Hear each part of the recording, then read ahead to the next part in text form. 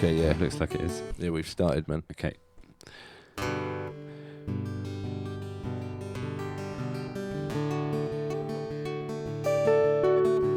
Oh, yeah.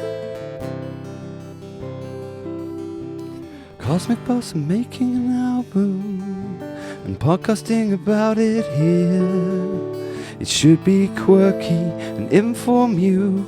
Welcome to episode 2, traditional writing techniques.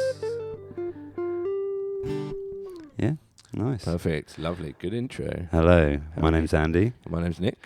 We are Cosmic Bos, We are. and we are here to talk you through the making of an album. Which episode number? This is episode 2. It is. Yeah. Yes, it is. Yes, And it is. It's about traditional writing techniques. Traditional writing techniques. What does that mean? What does that mean? We previously had an extra voice that asked us questions, didn't we? Oh, He's yeah. obviously not around at the moment. Yeah. Maybe he'll come in a bit. So this episode is all about writing, music writing, Cool. songwriting. We've done a lot of that in our time. We have. But we're going to particularly talk about traditional writing techniques. Yeah. The next episode will be about alternative writing techniques Yeah, from perfect. Mars. Ooh, They might be from Mars. Mars. But yeah, so let's should we hear a song? Because Yeah. Okay. Let's bring a song in. Yeah, Cool. so- Okay. Perfect. Well, let's. As next month we've got a new album coming out. yeah, we have. Improv Squared 1. Yeah, Petit Champignon de Lumière. that's is right. the title. Nicely said. Thank you. I've been practicing. Yeah, good 'cause, work. Well, I've looked at the words quite a lot. So, but yeah. So should we hear one of them? Yeah, let's hear Um, Astral Underwear, cool. which is our next single, which you can hear now. Right now. Oh, that's by Chemical Brothers. No, it's It's not. It's by Fatboy Slim, isn't it? it's by Fatboy Slim. Yeah, don't but it's don't. not Listen. that Well, he's song. from the same Do place listen- as us. Yeah, do listen to him. He's awesome. He lives in the same town as us. But right now, listen to Astral Underwear by Cosmic Bos.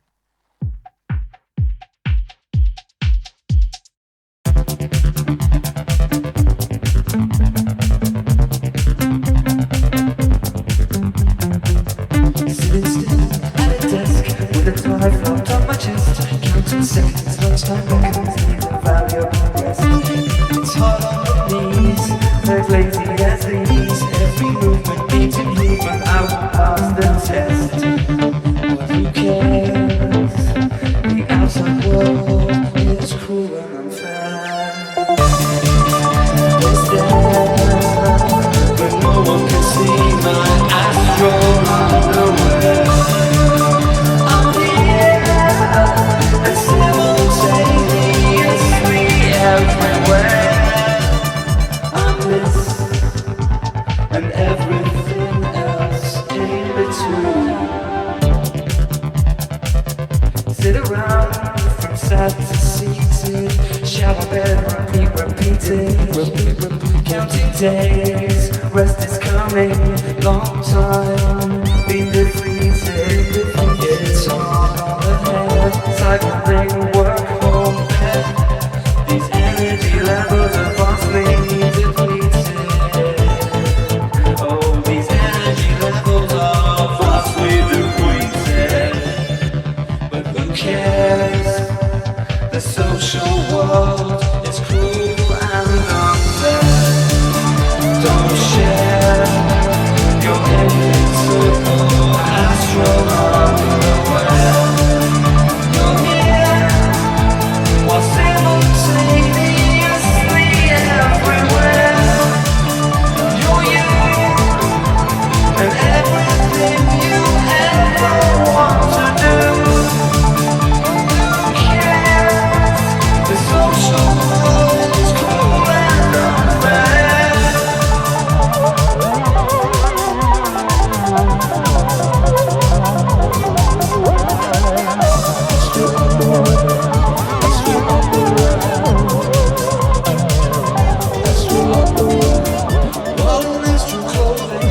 Banished of loathing, become anything you desire. Guarantee it will suit you from flower to cashew. Be seagull, be water, be fire. Be anything you can desire. Be anything you can desire. Be anything you can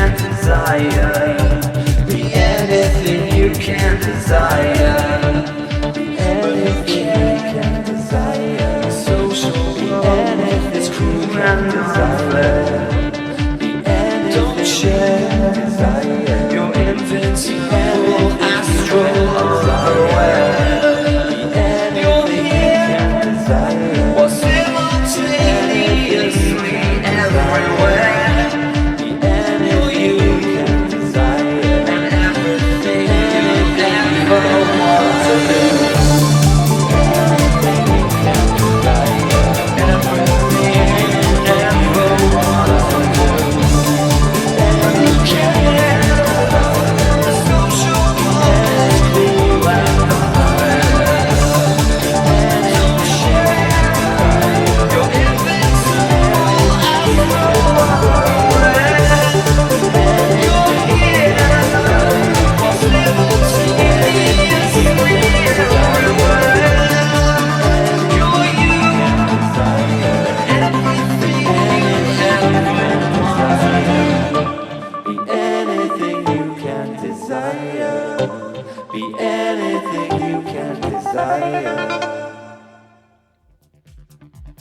How does one write a song? Oh, hello, he's back. Hey. How you doing? Hey. He's back. Okay, well, last time we had to answer his questions. He was quite strict on us, so suggest we answer his question. Yeah, well, I mean, and that is it. This is about traditional writing techniques, so I guess you want to know how to write a song. So I guess we kind of need to work out what is a song. So we should maybe ask ourselves that question. What is a song? Wow, your impression of him is really good, man. Yeah, thanks. Yeah. Wow, it's almost uncanny. Yeah. It's lovely. Okay, so, so you break it down into two parts, right? So yeah, I guess a song is the combination of words, lyrics, singing, and vocals music. And music, yeah. Music on its own would just music, an instrumental, Yeah. and words on their own. It's just a poem. Yeah. Yeah, I guess so, Yeah. right? Instrumental and poetry. Or writing. Yeah. Yeah. Yeah, either or, yeah. So that's two it. parts. So, and I guess the concept of a traditional singer-songwriter is somebody who sings and writes their own. Does both. They do it all. So, most singer-songwriters write on, like, guitar or Guitar piano. is probably guitar and piano are the easiest instruments to write songs on. They're versatile, aren't they? Yeah, And it's because they've got lots of octaves on them and they've got all the notes. They don't skip out on any of the notes. Some of the other instruments are like, I don't want those notes. You can keep that F sharp. You can keep your semitones. Yeah. But I guess that's it. The guitar and the piano has got a lot more option in emotion and how it's played. I'm sure all instruments are like that, but knowing how to play those two. And obviously in the modern age, thanks to synthesizers and things, you can make really complicated sounding music just by touching a single button. You can do almost anything by touching a single button as long as you have access to the power of the button. Absolutely. I mean, in fact, this sound bed right now, Astral Underwear, the song you just heard, is us mucking around on synthesizers. That's it. That's where Solely, you've got that. yeah. And that little picky guitar bit is you picking around on the guitar. Added later. Yeah. Layered in. That's it. That's So- it. It's overdubbing music. That's it. So there's the music for this song. And we then put words on it.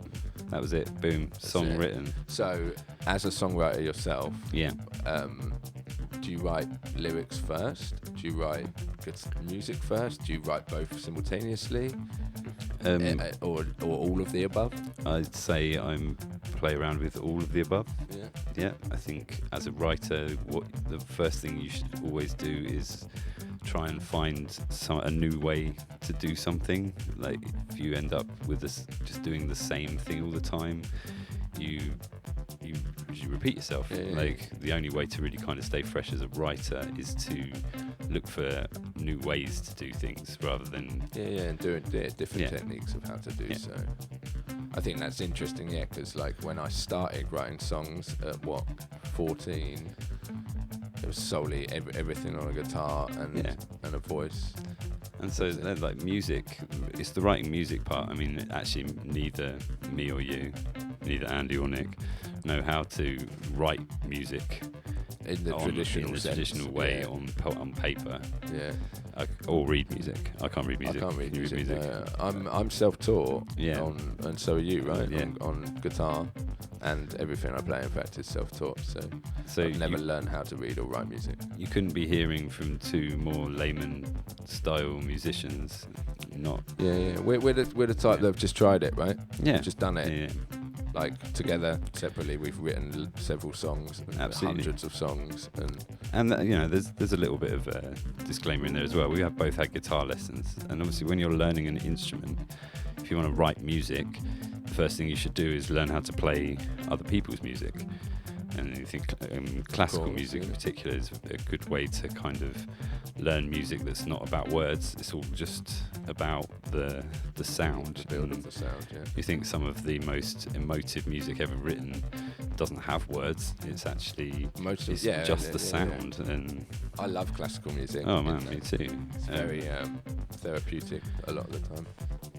I think there's probably a large percentage of the world that would class something like the Moonlight Sonata by Beethoven as their favourite piece of music because it's so emotive but so simple and complicated at the same time. It's otherworldly, and music can do that. Music can do a lot. Music can do a lot. I love writing songs. It's possibly my favourite stage of the whole thing of when it comes to making an album. The beginning stage is the exciting new. And I guess stage. as well within the modern age, the way the songs are they tend to have a sort of structure.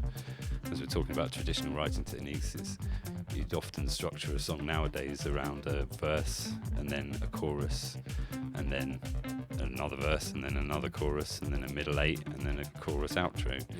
Yeah. Certainly in more modern music, that middle eight is often taken by a rapper now. That seems to be the structure is.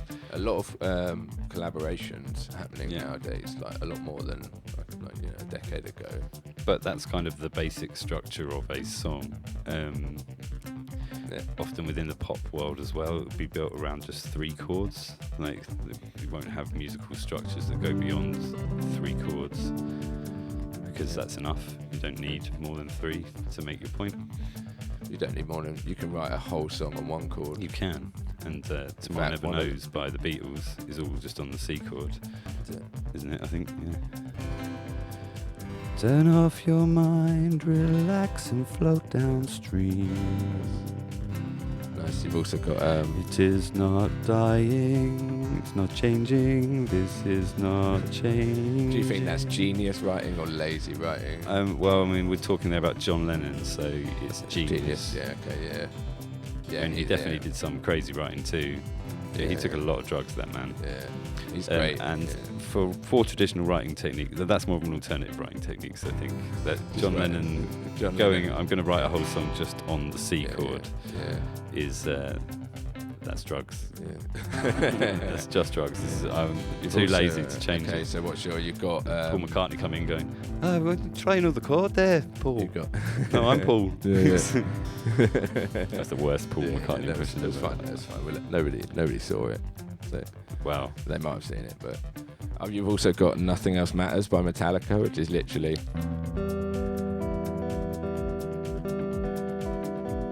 I mean, that's not the whole riff, but like it's a big chunk of the riff. Yeah. Nothing else matters. How close, no matter how far. It's a tune, but like that is literally 4 open strings. Yeah, there you go. I wish I was there the moment the person who wrote it went, check this out, mate. Do you like it? Yeah. Oh, it's genius. But yeah, so writing. I mean, so we're going to talk about it in the traditional sense of how we would do it. Well, yeah, or how it has been done in the past as well. A lot of ways people choose to write. I'd say when I started writing, it was very much verse, chorus, like until I started writing with Macy. So when I was writing on my own, it always stuck to that kind of structure. Yeah, and I think like certainly the first 100 songs that I wrote all followed exactly that structure, just because it's the structure. This is the way to do it. A lot of that comes down to having a chorus, because within modern music, you're looking for the hook. Like, as a writer, traditional writing techniques, you're looking for the hook. The hook is the part that gets earwormed into people's heads. It's the part that they walk around singing. It's like something like Lady Gaga's a good example, like how most of her songs will have a little section of them that is the part that gets stuck in your head. Obviously, hopefully, the thing that jumped into your head as soon as I said Lady Gaga was rah rah rah rah rah rah rah rah rah rah rah. Yeah, absolutely. About a romance. Yeah, she can write a hook. Oh, yeah, she's absolutely. Good, yeah, so she's a pop legend. Yeah, man. For good reason. Yeah, hell yeah. Yeah, she's been around for ages. Mm-hmm. Yeah, and but she's also just a singer-songwriter. Like, she began out by playing open mics and stuff with a guitar. Right? I mean, yeah, exactly. And a lot of those early things, like say Taylor Swift is a good example. Like, she's now in the process of re-recording all of her old records because they're songs that she wrote a long time ago and are now owned by somebody else. But she's mega famous. Yeah, she's do what she wants. Yeah, and she can do that. She can go back and revisit her old catalogue. I mean, hopefully we will get to Taylor Swift levels of fame, and we will do the same. We're like, stuff that, can't be bothered to write anything new. Just gonna get out the old book. Oh, look at that, dust off. Remake lovely it, tunes. remaster that. Cosmic Bos remaking an album.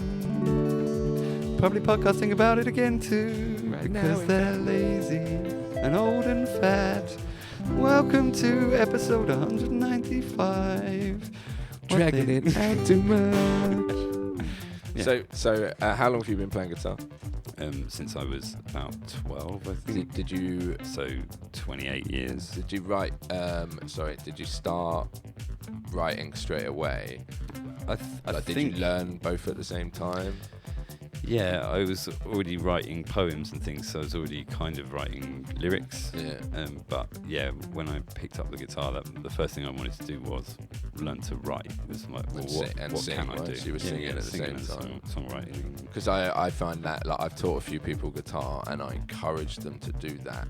Yeah. It's like, if you can sing and do it, you learn both at the same time. Don't learn them separately. Yeah, completely. And obviously, it's very easy to just say, "Hey, you want to write songs? Well, all you need to do is pick up a guitar and sing. Play 4 chords, it's easy. Yeah, look, I can do it." There you go. Every song ever written in there somewhere. Is almost a version of. And obviously that's not helpful to anyone if they want to learn traditional writing techniques, but essentially the first thing you want to do when you're writing is work out which part of it you want to write first. Like, you know, if you're playing around with a musical instrument, you've got a synthesizer there, you've got a piano, you've got a guitar, like, all you want to do is play around until you find something that you like and is nice. Like, the first trick to any writing is finding the chord sequence that is gelling with you, and you want to do something with it. It's finding that first moment. So, as you say about a hook, like a hook is often something that's written quite early, if it's a vocal hook. So often, like, if I'm writing, rather than sitting down to write, I'll think of a vocal hook, it'll be great, I'll record it into my phone, and then the music will kind of write itself to that. Yeah. Nowadays, I'm a bit more like that than I am. However, I do still sit and write guitar traditional styles too, guitar riffs and whatever, and chord structures. Us being wise kittens, we, as an experiment for this very podcast, we have written and constructed a song. We did it a few weeks ago, and we recorded ourselves doing that very process. So should we dip in and hear from our past selves and listen to us writing a song? Okay, so that sounds great. Yeah, let's see what happens. Yeah, put it on. Okay. See what they're up to. Yeah, writing a song, man. Okay, cool. Well, I've got a couple of things. Do you want to hear what I've got, or do you want to just start something completely new? Completely from scratch, because this is including the music. Yep, everything. 100% from scratch. Traditional style, writing a song. We're gonna come up with it right now. This is what we're doing. Whoa, that's pressure. It is a lot of pressure, cool. but I think that's like exciting. Pressure, so obviously we would normally write songs by already having lyrics. That's not always. Not always. No, you're right. But quite a lot. Let's. We're going to go for it. We're going to write everything at the same time. Okay. Oh, nice. So we need some chords. Well, yeah. I guess we want some chords. Don't know, Do you mate. feel We feel it. you feel? Maybe I want to capo it. Mate. Oh, don't capo it, mate. Don't want it capoed. Don't capo it. Not yet. Not yet. Not yet. You work it out Too to play early. on a capo later, then yeah. But don't know. Well, what key do you think? We often write in A, so let's go for something different. Or maybe something rocky. You know, like we don't often write something that actually could be turned into something heavier. Something like rock. Something that's got heavier sections. Yeah. Like the song, not to sound anything like this, but Waiting for the High by the Wombats. Disclaimer, the song is called Ready for the High by the Wombats. Like something that has a section where it goes into heavy riff, and then cuts back cool. out into... Yeah, cool. That's a tune. Yeah. So something maybe minory, because it works better for rocky, or...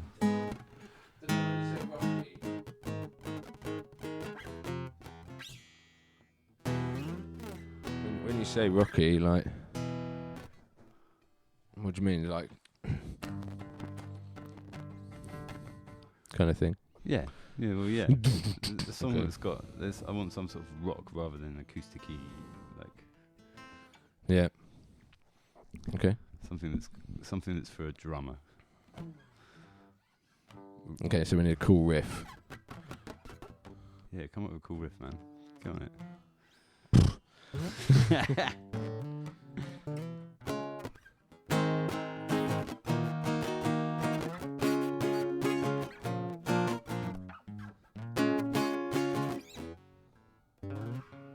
Just want to sit on that chord.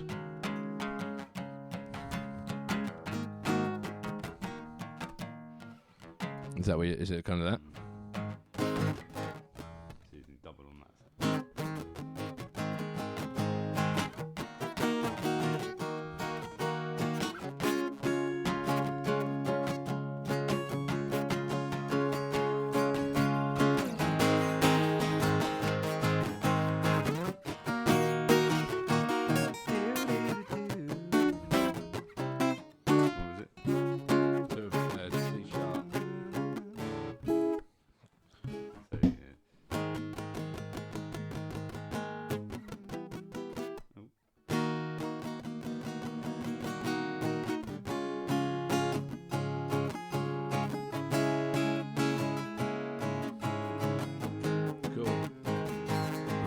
Very Radiohead inspired. I like that. I like it. I like when a song goes from a major to a minor. Yeah.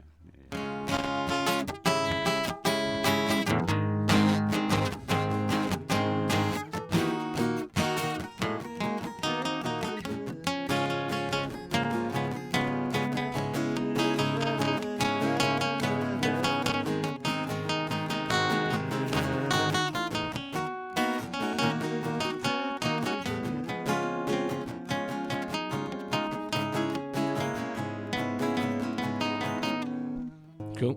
Okay, there you go. There's the first set of chords.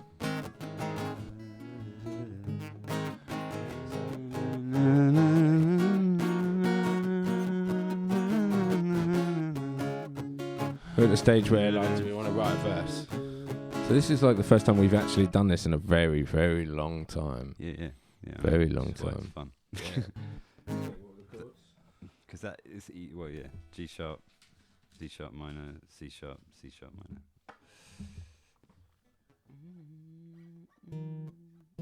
G sharp.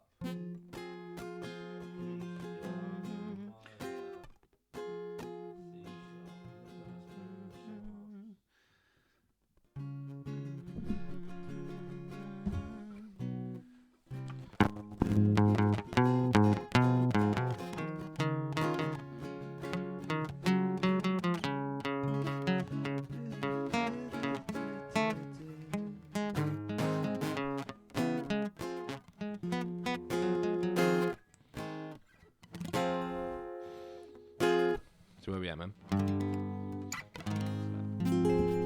You're writing in a different chord sequence. I was thinking, after the verse, punchy, catchy verse is going to be.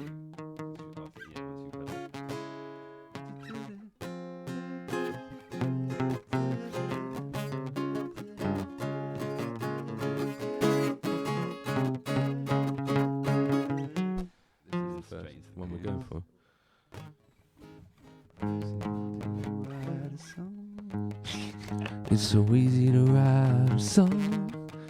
That's really like It don't write that. in people's faces. Or Right. maybe the opposite. We go.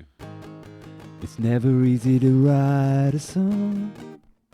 Song, Song. song. Things can always go terribly wrong. Every verse and every note could be flat or kick you set in the back.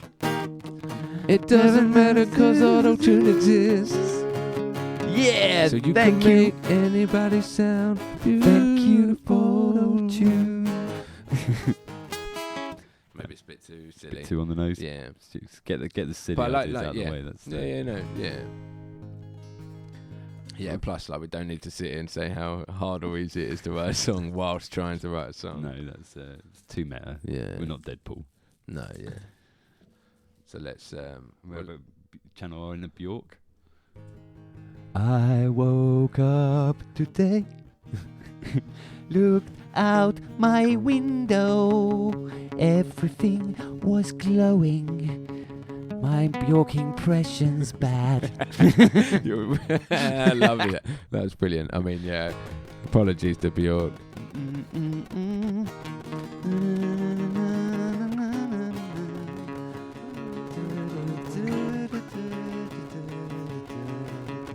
Are we feeling something like that? Like a lot of words. That's a lot of words, Yeah, right? you're right. So, like, bear in mind. However, that's not necessarily a bad thing. It's almost like a lot of words in the verses, and the chorus is the bit where it's Chorus is where you whatever, singing. yeah, Right. make the verses more kind of story-esque. Yeah, cool. Yeah, because there's nice space in there for us to flex our vocal muscles. Yeah. Okay, we just need something to write about, mate. To write about, and then we'll get about to write in it. It could be great or it could be a big pile of shit. That is the gamble. It's always possibly a travesty about to collapse around you and me. But we fight for everything, no matter how hard we fall.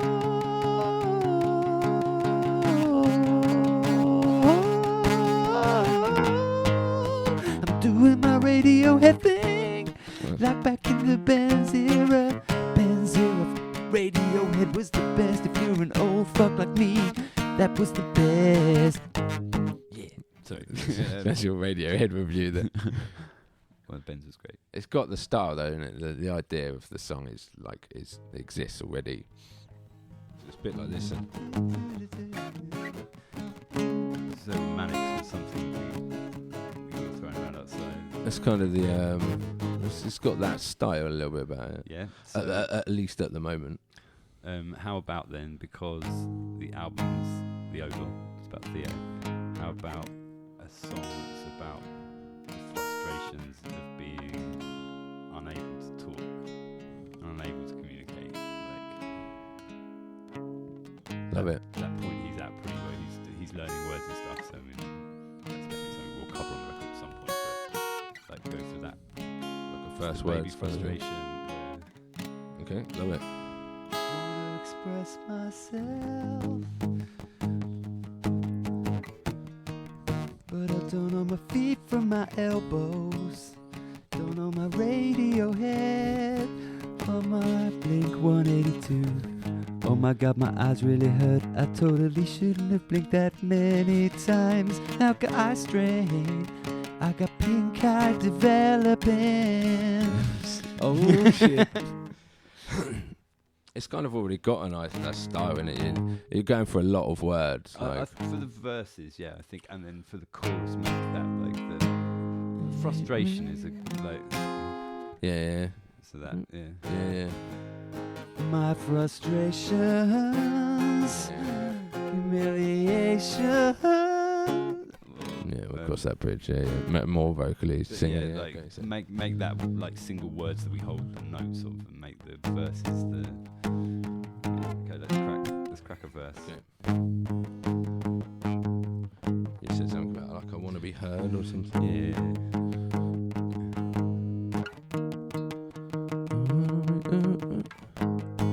What like? I wanna be heard. How about more like why can't you hear my thoughts? Why can't you hear my thoughts? Why can't you hear my thoughts? Love it. I think I'm expressing myself. Yeah, love Yeah, it. like- Perfect. Yeah. Also, the melody's great. Why can't you hear my? It's a bit late, isn't it? Why can't you hear Miscommunication. Some simple miscommunication. Why can't you hear my thoughts? A miscommunication. A source of frustration. It wants to not write. Like, the Yeah. communication's good. This is where the kind of rhyme wants to carry on with itself. I can't define myself, but with better help and motivation. Yeah, okay. Motivation one comes at the end. Yeah, so maybe. This is where our English gets to come out. Great use of the language. That's why writing things on your phone's a good idea, because it like Automatically corrects it. Yeah, pen and paper, mate. Shall I like? I'm going to underline it in red. Just in case. Why can't you hear my thoughts? A miscommunication. Oh, no. How about actually, we purposely spell it wrong. So it's actually, rather than A, it's O, miscommunication. As in, that's a description of mum. Your miscommunication. Like, why can't you hear my thoughts? Yeah. Okay. Yeah? Yeah. Why not? Yeah. Oh, miscommunication. You change my diapers. You clean my asshole daily. Um, But look, now the last word, almost like the last word wants to rhyme with miscommunication. Yeah. Yeah, That's yeah. how I'm picturing it. So yeah. Why can't you hear my thoughts? Oh, miscommunication. A melody of something in frustration. Frustration's good, isn't it? Yeah, whatever. So, yeah. Funny frustration. You want to always end it like that?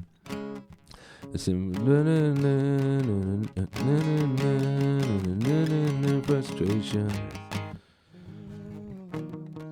Oh, miscommunication is what I've been told. It's my source of frustration. Yeah, doing what I'm taught or something. Reflecting Miscommunication. reflecting what I'm told. Source of my frustration. Yeah, love it. Yeah. It's right in front of you. Sweet, yeah. So that's essentially the half of the verse. Yeah. So we should, it should be another question now. Like Yeah. phrasing like that. Okay, so really, just play that one quick. 2, 3, 4. Why can't you hear my thoughts? Oh, miscommunication, reflecting what I'm taught. Source of my frustration. Just following the same melody in it. It's because the thing is, it's also going to be really short. Like a short verse. That's good. Discuss the history of songwriting. Whoa, that's a big. It's not whole really a history of question. It's a songwriting. big. He just wants us to discuss it. Okay, so when did it start? When did songwriting start? Well, I've typed in history of songwriting to Google, and this is the answer it says on here. It says, the songwriter has evolved from being a servant to others to the master of his or her own domain. For many years, the songwriter was, in effect, a hired gun. Songwriters worked for publishers and created material that other people would perform. Over time, the fine line between songwriter and performer began to erode. Right. So there you go. Cool. And So it was actually something that somebody did for somebody else. Yeah. rather than themselves. Yeah. That's still like a common thing. I guess so. So even when we were talking earlier about Taylor Swift and Lady Gaga, they have teams of writers now, like groups of people that will chip in on bits of songs. Yeah. Rarely something is written solo. You look at the songs that are at the top of the charts now, and they've got like 25 listed writers. And yeah, it's crazy. In fact, I remember the song Senorita by Shawn Mendes and Camila Cabello, and that went through like 12 huge producers and writers. So the song, I imagine, sounded nothing like it did originally. I don't know. I have no idea. So rather than originally like almost like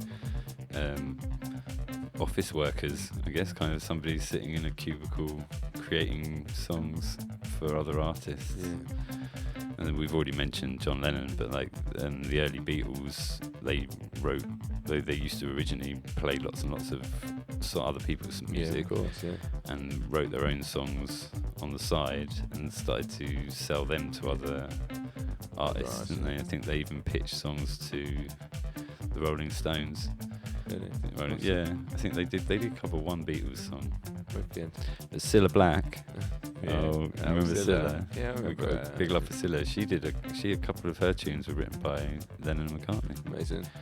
Sounds about right. I mean, I would look it up, but I'm afraid to type Cilla. Yeah, don't into the Ouija board. Yeah, we don't need it. Yeah, there's definitely modern artists that do the same. Bruno Mars, I think, started out as a songwriter and wrote for lots of other people, and then started featuring on other people's before he then put out his own stuff under his own name. Well, it kind of highlights the fact that there are lots of like multiple elements to songwriting. So when we're talking about traditional songwriting techniques, we're talking about constructing that, having the vocal and the lyric over the top of a piece of music. Yeah. So I think like early music hall things back in like 1920s, back when that voice guy's from, like music was always the centerpiece was music. It was never really about singing. And then you have things like operas, which was more for highlighting singers' work and things like that. And then you had concert halls that were more for like classical performances. You got like those big Italian old singers like Pavarotti and stuff doing the old linguini. Choirs. Yeah. When the choirs kind of start becoming a big thing. That's something, again, I imagine that's earlier. That's the vocal version of it, isn't it? Is really, I guess it's more religious as well. It must be, you think choral is connected into religion, probably? Yeah, possibly. I mean, we're very lightly skimming the history of songwriting here. Yeah. But from a perspective of right now, like looking at traditional songwriting techniques, you're looking at the construction of lyric over music. Yeah. So what we heard in our previous versions of us writing, constructing the song that they're doing, they came up with their musical sound bed, and then they started to put words to it. And it's interesting. They worked out talking about us in the past tense. A bit strange. It's a bit weird, right? So those old guys. Yeah. They were younger. They're younger guys. Those young whippersnapper versions of us that writing that song. They picked a topic, didn't they? So they were like, okay, well, they wanted something for the song to be about. It's going on the album The Odor, so they chose Theo as their topic. Simple. Makes sense for the first one we're trying to write. Really Absolutely. For it. And from that, they got their opening kind of set bit of lyric there. Yeah, it's got an idea, isn't it? Yeah. It's about how it would be being a baby, the frustrations of being a baby, not being understood. Yeah, it's an interesting topic. I think they're very smart, the young whippersnapper versions of us. Yeah, they are very smart. Yeah, we might have to undermine them somehow and take all their money. Yeah. I've got all the money that they me's. earn. I got it. Yeah, I got it all. Unless I spent it. I've got it. Spent it all. But yeah, I think it's interesting, only recording that a couple of weeks ago and listening back to it, how quickly things come together. like how an idea is born, and the beauty of it, and I say it definitely multiple times, I imagine, throughout the recording of the writing a song, but like where it's going to go is the interesting bit, and even now it's a written piece of music and lyrics. We still don't really know exactly where it's going to go. No, not at all. When it comes to the next stage of it. Yeah, it's great, and It's we'll, awesome. we'll check back in with them in a minute and see how they're getting on. Yeah. And Yeah, kind of so the history of songwriting, what you'd need to know to become a songwriter, was to move into that kind of arena, is just that it's easy. It's just like it's lyrics over music. That's it. There's nothing more complicated than that, and you can kind of look at something that's become more popular nowadays. That sort of, I guess it has its roots in early music as well, is the parody. And so like a big shout out to someone like Weird Al Yankovic, who he's amazing. you know, he's an amazing creative writer himself, but he gained fame and celebrity by changing the words of other people's songs and getting new sentiment out of them. And obviously his most famous early ones are Michael Jackson parodies, but I certainly think the stuff he's done in the last 10 years has been just as funny, if not funnier, than the stuff he did in the past. At the beginning. Yeah, he's amazing. His Miley Cyrus, so quick shout out to Party in the CIA, which is... It's your favourite, isn't it? It's definitely one of my favourites of his, because the original song is so got a unique of that time energy. Like, that's why Weird Al he's good for that. As a writer, he's good at tapping into what is stays modern. What is the thing that people are interested in, and what can he give his own spin or bent on it. And he does it very well. Very, very well. I think if you're looking for techniques, like tips to learn writing, a good thing to do is to rewrite other people's things. Like take something that's already really famous and write your own version of it. Change bits of it and see what it does. Like, I think like what's good as a songwriter is to write a lot. So I'm actually a bad example of this, because I write few and rather than tons and tons in kind of one go. But like I think just keep writing anything regardless of what it is. I think that your main set of interest and skill within this is as a guitarist. So like that's the big difference between me and you, is that I'm a singer-songwriter. That's my trade and has been my trade since I was like 15. And when I started out making music and stuff, I didn't want to be a singer-songwriter. I wanted to play guitar. And when I started out in bands, that was what I was trying to do, but I always ended up having to sing because we could never get singers. So I ended up being the singer-songwriter position. Didn't you, in your first band, end up playing bass as well? And that was my second band. Second band, sorry, okay. My history of your band is not good. It's irrelevant. The point being that like there's so many parts to music making, like where you choose to become as a writer. So another good example is the drummer in Metacassette, the other band that we're in. Charlie. He started out as a singer-songwriter, didn't he? He started out playing guitar and bass, and then he moved into drums as a necessity for the bands he was in, and they didn't have drummers, so he was like, I'll step up and do that. And he found more of his calling in that, and he's developed as a musician in that arena. That's his forte. Yeah, man. And that's it. If being a songwriter, like nowadays, people are definitely thinking about singer-songwriters. It's the Ed Sheerans. It's the Taylor Swifts. Yeah, the people that are there writing these songs and doing them. But they're both good examples of artists that clearly lean heavily on their own influences in order to produce their sounds.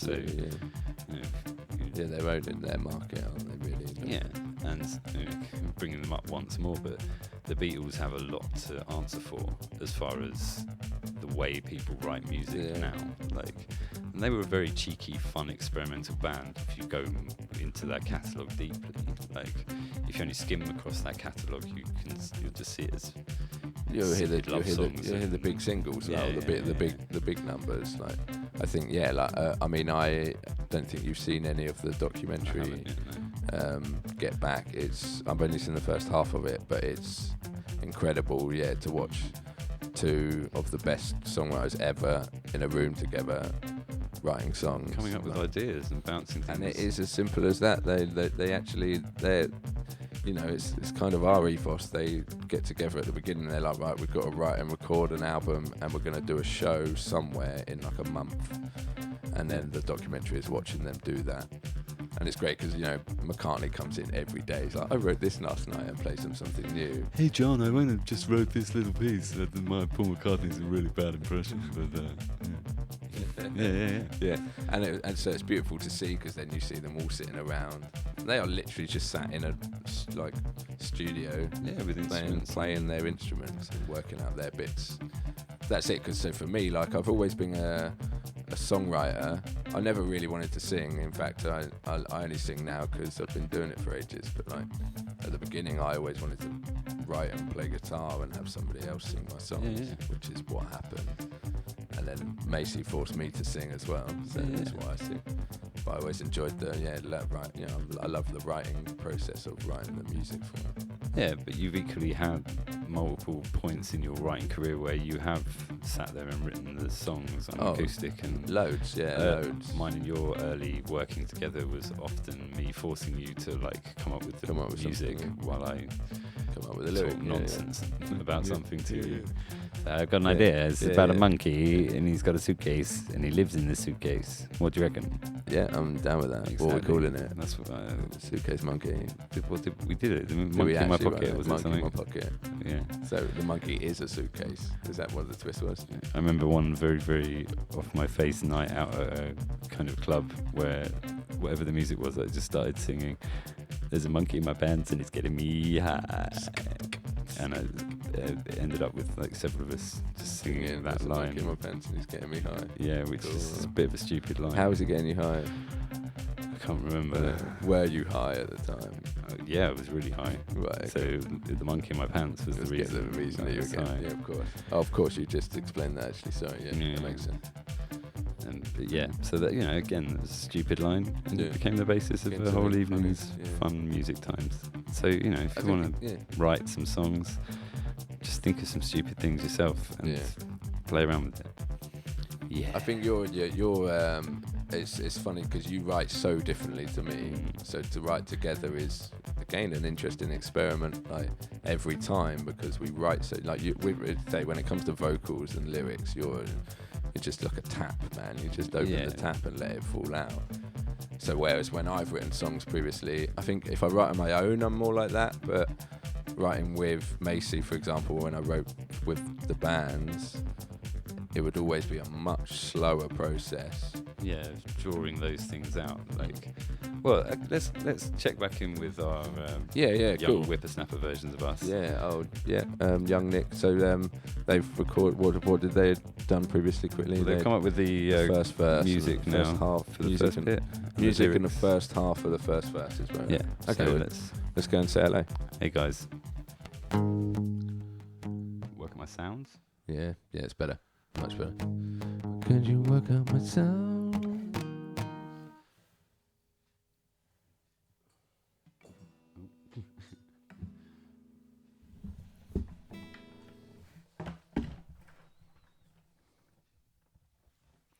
Why can't you work out my sound?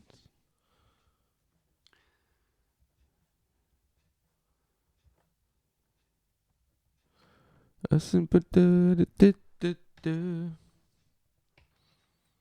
why can't you work out my sounds?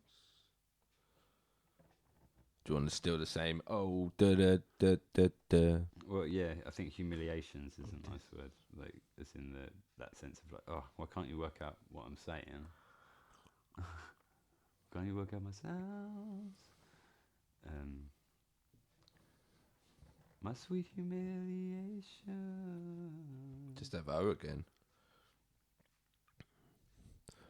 Oh, humiliation. Maybe my humiliation. Oh, my humiliation. Yeah. Oh, my humiliation. Work out my sounds. Oh, my humiliation.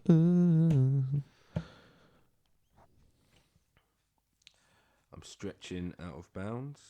Or at the zero grounds. What does that mean? Being right here, right now, like ground zero, like right at the center of everything that's happening. But zero, that's the other way around, isn't it? It'd be ground zero. Yeah, but Zero grounds. Zero grounds. Is that not like the complete opposite? It's a kid. He doesn't know yet. Ga, zero grounds. But yeah, okay, so what was your sus? Can't remember. What can you work about? Humiliation. I was thinking about out of bounds. Yeah. I mean, like, say, stretching out of bounds, or like heading out of bounds in that. I'm going to push my limits, kind of thing. I think that's the beauty of watching a child, man. It's like they have no fear, really. Yeah, cool. Yeah, so my humiliation, stretch out of bounds. Yeah, stretching out of bounds. Stretch out of bounds. Either or, really. Stretching out of bounds. Source of my frustration. Yeah. Wherever we're there. What is it? So we're going for stretching. Yeah. Stretching out of. Yeah, of course. Yeah. How about no further explanation? Yeah, something simple, I think. No further explanation. Because then it should go into the. Yeah. No further explanation. Right, that last note wants to change as well. Stretching out of bounds.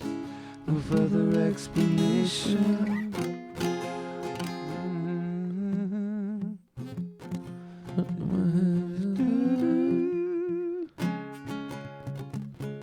Should we stay on the F just the once? Maybe because it does feel a bit long, annoyingly.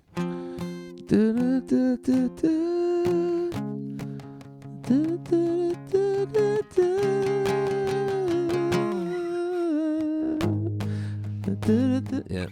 Okay. So I'll play guitar for a second. So let's just play. Should we play what we've got so far? 2, 3, 4.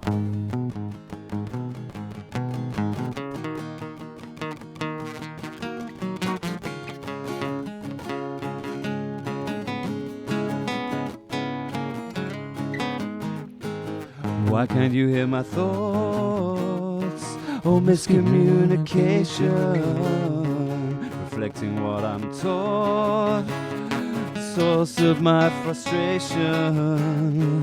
Oh, why can't you work? Why can't you work out my sounds? Oh, my humiliation, stretching out of bounds. No further explanation.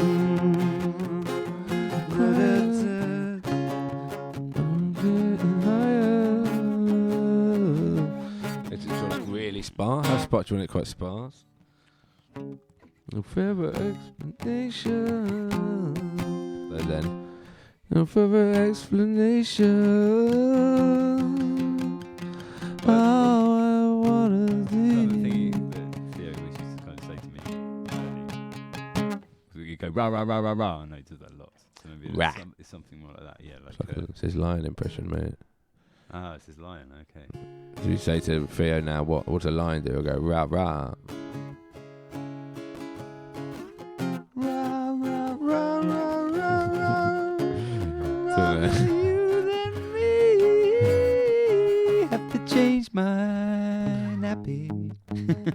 I done a stinky one. Yeah, okay, maybe not rah. I don't know. Well, maybe in that sense of like you're going like rah rah rather you than me. Yeah. You can see. Ooh, robbing chickens from the cat coop. Yeah. Cat coop. Cat coop. Get that. Yeah, that's good. Yeah. It's well, explanation. So yeah, let's get that. Let's play that bit and get into it. Quick. Just do the second half of that first. Yeah. 2, 3. Why can't you work up? Can't you work? Yeah. Oh, my humiliation, stretching out of explanation. Rather you than. What was it? Rather you than me. I don't think it shouldn't be rather than you. No, sorry, that's how you were singing the ra. Rather hard to say, and I'ma say it anyway.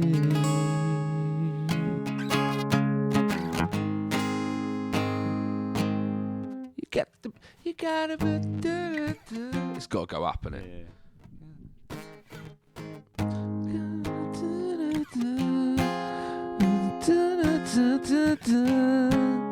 Does that go to a minor there, sorry? Yeah. Maybe it should go to a major. Got big boy blues. You got the Velcro shoes. Yeah, love it.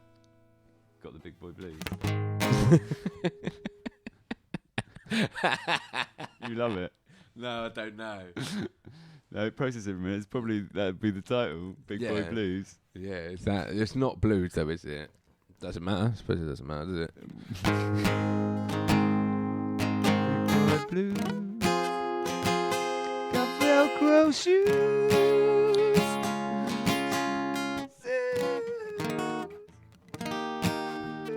Okay, yeah. So let's just get the melody again.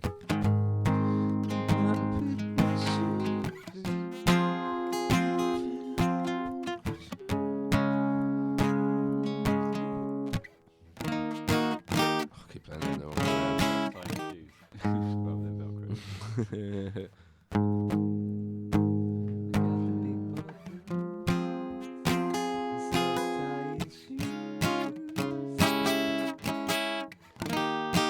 Maybe the D's not Maybe quite it's not right. right. We're re-examining our.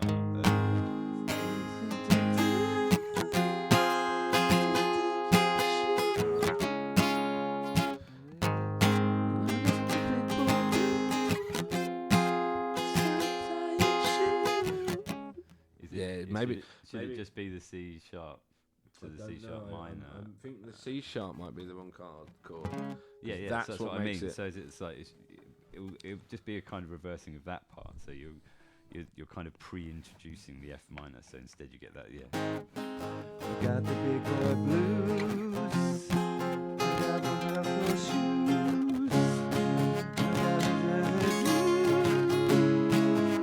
It's too much of the major minor. I mean, the good thing about the chorus should be that it avoids the major minor. Yeah. I think the going to the C sharp is exactly what the verse does, and that's not necessarily a bad thing.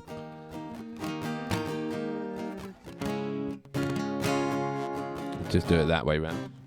Yeah. So I got my big boy shoes and self-tied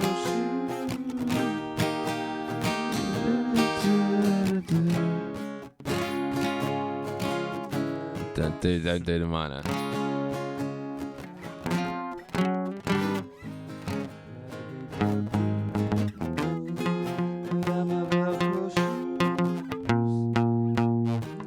It's B weird. I got my Velcro blues.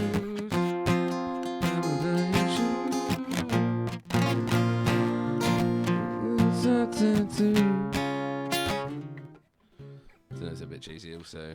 I got the big boy blues. I'm self-tying shoes. But you don't see it. B's nice. B's a bit weird, but quite nice. What do you think of the B? I got the big boy blues and my Velcro shoes. It's okay. Takes it somewhere weird. Something.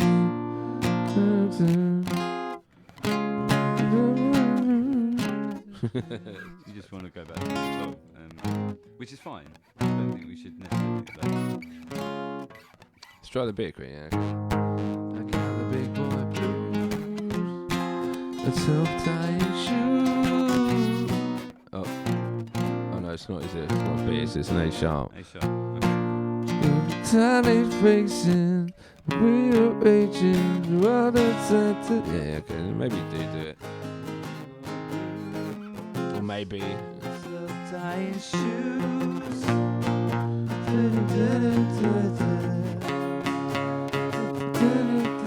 No, I think the second time, I don't think do it. Stay on the C sharp major, and then because then we're coming at the chorus in this way. When you hear my thoughts. Yeah. Is that okay? Yeah. So- So no, it's not a B. It's an A. So hold on. Yeah. So again, I'm kind of trying to get into Theo's head for it in that sense of like, yeah. I got the big boy blues, self-tying shoes. I've got it's so easy winning when you've got nothing to lose on the like as a kid. It doesn't. I was thinking more like again like wanting to do everything all the time right now. Yeah. So it's like, yeah, my shoes are tied to them. I don't have to tie my shoes. So I'm not looking after myself. So I'm Yeah. that. Like this big boy blues is frustration from not being able to communicate his experience. So Exploration.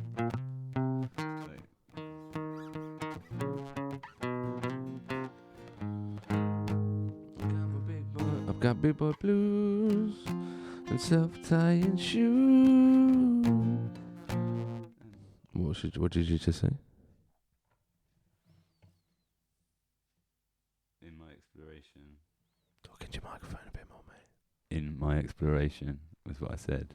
I don't know if it In my exploration. Yeah, because it wants to. The melody of the last bit is the important bit, I think.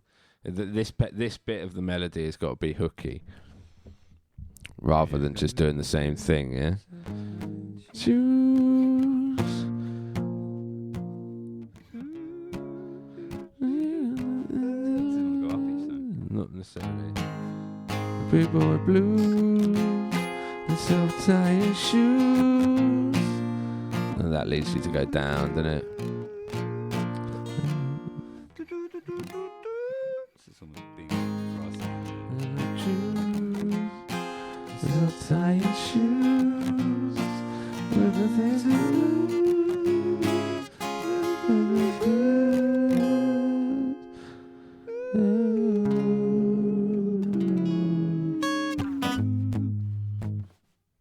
Maybe. Maybe it could. Yeah, why not? Yeah. Like, Yeah. I got the big boy blues, the self-tying shoes, and an interlude. It's so good I've got so much to do.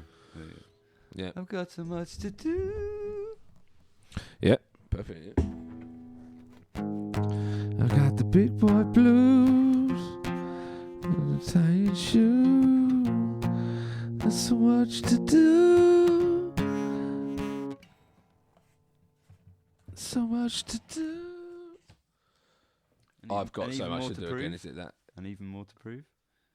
Oh, nice. Yeah, nice. Did you say that into the microphone? And even more to prove. Brilliant, yeah. Just in case we use this bit for the podcast. If we are, hello, future Nick and Andy. How you doing, guys? Yeah, good, mate. How are you? Whoa, that's weird. Did this song come out well? It probably did. I reckon it's a banger. I've got so much to do, And even more to prove. and even more to prove. I think you should play it. I'll sing it. Yeah, it's for a minute. I'm just gonna like palm mute the whole thing. It's harder for me to play it and yeah, I got it. Yeah. focus. Okay.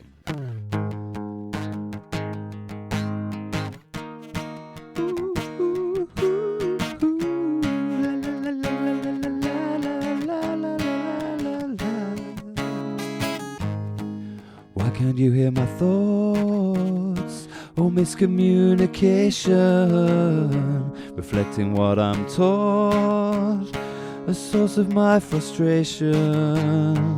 Why can't you work my sounds? Oh, my humiliation, stretching out of bounds. No further explanation.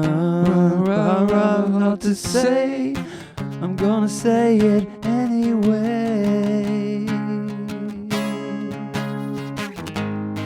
I got the big boy blues and self-tying shoes. I got so much to do and even more to prove.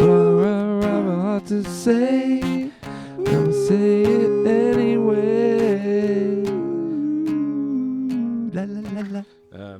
Maybe it should do the chorus twice. Yeah, it feels like it's really short otherwise. And even more to That's prove. the first verse and chorus written. Yeah. First verse, intro to chorus, chorus, and then outro to chorus. So we're now on verse 2. We are. Wow. They're doing well. Yeah, It's coming together, isn't it? Coming together. What do you think of it? Oh, I'm looking Now that forward. you've heard it, if you heard it back since. I haven't. No, I'm looking forward to hearing the final song. Yeah. I mean, yeah, I have already obviously heard the final song because it Have was, you? yeah, You it were was there. us. You were there when we done it. So And I know that there's more coming later. yeah. But let's have a little musical interlude. You know, we've been waffling cool. on for over an hour. We like songs, don't we? So let's play some songs that we've previously written. Yeah. Yeah. So when was it? In the second year of our podcast, Yeah, we did a special presentation called From the Songbook, We did. where we played songs from our songbooks. So songs that we'd traditionally written. Yeah, all individually, wasn't it? Yeah. So you'd done 3 or 4, I'd done 2 or 3, Yeah. Macy done 2 or 3. Yeah, and the first one of mine is called Love Defined. It was a song I wrote specifically for my wife. For my wife. My wife. I think My wife. I liked this process because the other 2 players didn't know what it Yeah, was, yeah. and they just got given the chords and that's it. So, and hopefully they might have heard the song previously. Well, we played it through a couple of times, didn't we, just to make sure that Yeah, we like could it do was it right. good. Yeah. Yeah, came out as it does. You're going to hear. Yeah. And your song was called Spontaneous Plan. It was. There's also a song written about my wife. That was about your My wife. wife, yeah. So we'll hear that second, I guess. So this is kind of almost like we're doing a throwback to Adam and Joe. So big shout out to Adam and Joe's Song Wars. This is us warring our wives' songs. Warring songs. Yeah, okay. So email us then. Yeah, which is Cosmic your favourite? Bos Which at wife Gmail. is your favourite? It's based solely now on who's the favourite wife. Okay, cool. Well, email cosmicbos@gmail.com with your answers. Andy's song or Nick's song. Okay, so let's hear it. Yeah, this is Love Defined, followed by Spontaneous Plan. Yeah.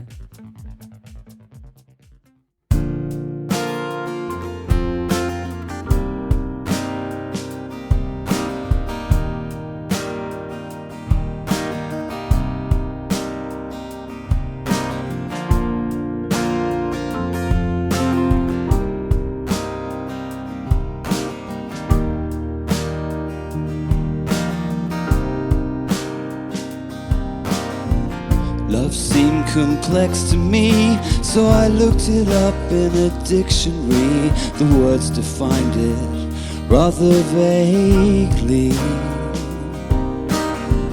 It said love's a doing word, it's both a noun and a verb, and it happens when it chooses to. And for me that's you, it's you that leaves me blind. It's you that blows my mind,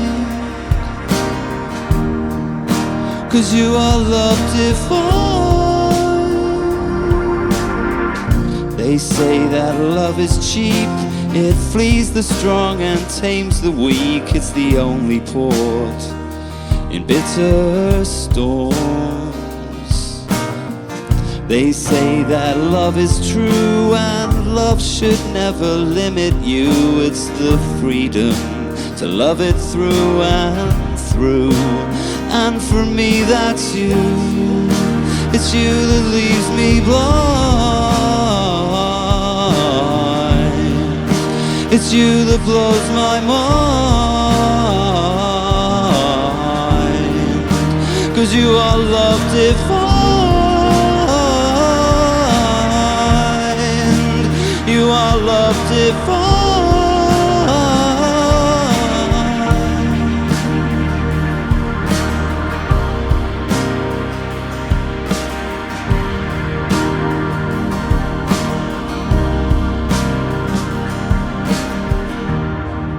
If I never met you, I would never have known love.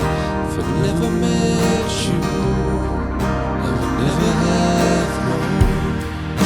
It's you that leaves me blind. It's you that blows my mind. It's you and I combine as the stars realign. You are love divine. You are love divine. You are love divine. You are love divine.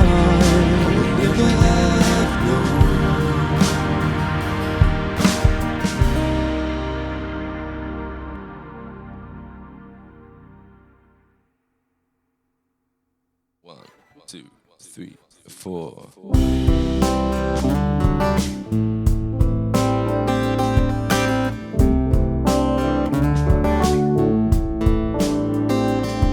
When you meet someone you feel you already know, puts fire in your heart, pushes the tempo. Those butterflies that make you wanna sing, the thoughts that ensure you never stop smiling. A beautiful voice with stories to tell, puts fire in your heart, makes you melt. An inspirational media thing, a wholehearted teacher to dream. So come fly away with me, build a house out of Lego, drive around in a van, dance under the stars to a spontaneous plan.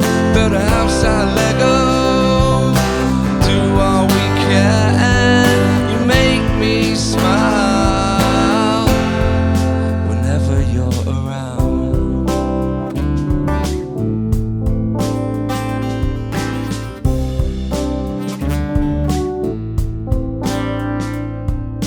Listen to you talk non-stop. It's like time slows down, but I still hear the talk. When you're next to me, I erupt into flame. It's like I'm falling down sun rays. A creative mind with a heart so true. The sparkle in your eyes gets me through. I'm a boy that feels brand new, and I'd love to make it with you. So come fly away with me, build a house out of Lego, drive around in a van, dance under the stars to a spontaneous plan. Build a house out of Lego, do all we can. You make me smile whenever you're around. We can be Care Bears swinging in the sky.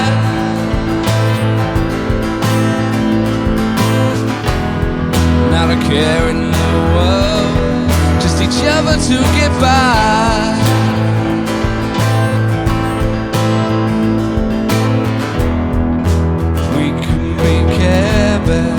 Swinging in the sky.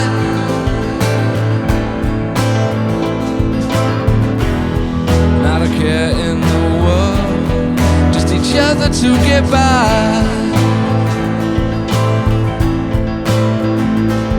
So come fly away with me, build a house out of Lego, around in a van. I'll give you a star from the palm of my hand.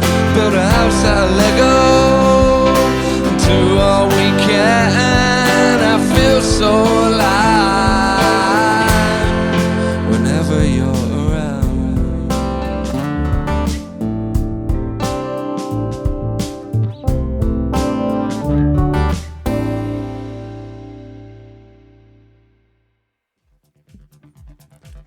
some lovely songs that past us had written there. Yeah. So, how long ago did you write Love to Find? I think I wrote that back in 2014, 13, maybe 10, 8, 9 years. Nice.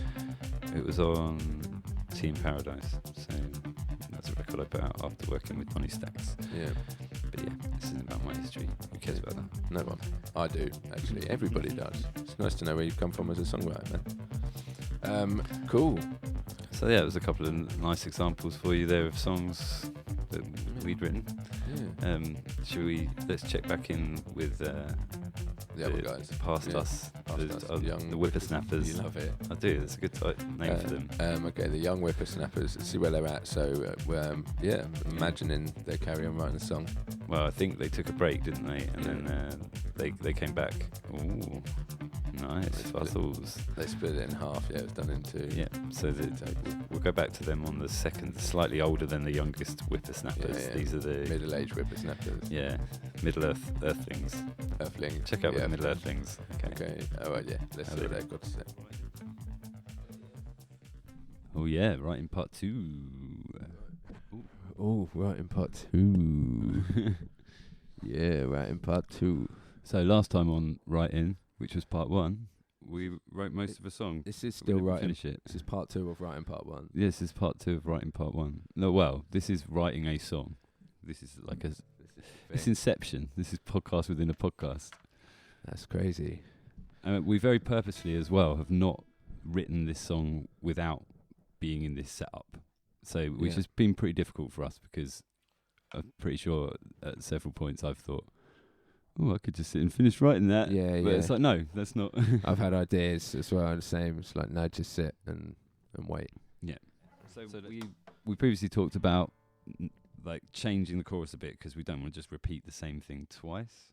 Yeah. So we write a second half of a chorus. Well, kind of, but in fact, do it another way. So we wanted to keep obviously the more to prove bit. Yeah. So how about it? So it goes, I got the big boy blues and self-tying shoes. So keep them something first different, but then the next line being, and more to prove. Yeah. Yeah, and then having even more to prove as the last one. Yeah, I got the something. So keeping the big boy blues and self-tying shoes bit. So that's the opening 2 lines. Yeah. And then we need to write the next 2 lines, and then the following 2 lines, and then these 2 lines are the last 2 lines. Right, yeah, cool, I'm with you, yeah. Insert another chorus into the middle of this chorus. Okay, I like it. Yeah. Clever. Cool. It's not that clever, but it's a good idea. Well, only because originally we did only talk about doing one chorus, didn't we? But it felt really short, I remember when we played it. Yeah, so. I think because of the speed of it can handle having 2 there. Yeah. While we're constructing it now. Yeah. So then we're going rah rah rah back in that, and then you go into a verse. So should we write the other part of the chorus? Yeah, let's do the chorus. Great. Yeah. So how about a line? So not I got so much to do, but the something about groove, because groove rhymes lovely with prove. So yeah, trying to find my groove. Living in my groove. Yeah, something like that. Yeah. I'm trying to find my groove. Groove is a cool word. It's pronunciation in it. So yeah. I got the big boy blues, the self-tying shoes. What was it? Living in my groove. That's so much to prove. Yeah, with living in my groove is good. Yeah. Yeah. I'm living in my groove, and even more to prove. All right, and then we need I got my big leg chicken. Yeah. People like big leg chickens, man. If you get a KFC, you want big legs. So we're living in my groove, and I've got more to prove, or do you think it should be and even more to prove? No, no, that kind of doesn't make sense coming from the groove line. If you just say and even more to prove, you know what I mean? Yeah. So it should be something like with so much to prove or something, and then as you say, keep the even more, which is the title, as the last one. Yeah. So do with so much to prove or something like that. Yeah. With so much to prove. Move is Well, blues, it's all rhyming the same. Yeah. Of course it is. That's what I mean. Yeah, Yeah. yeah. So just trying to think of rhymes with that. So what I would do in this kind of time, if I was writing a song, and I was like, oh man, do you know what? I need a rhyme for a word.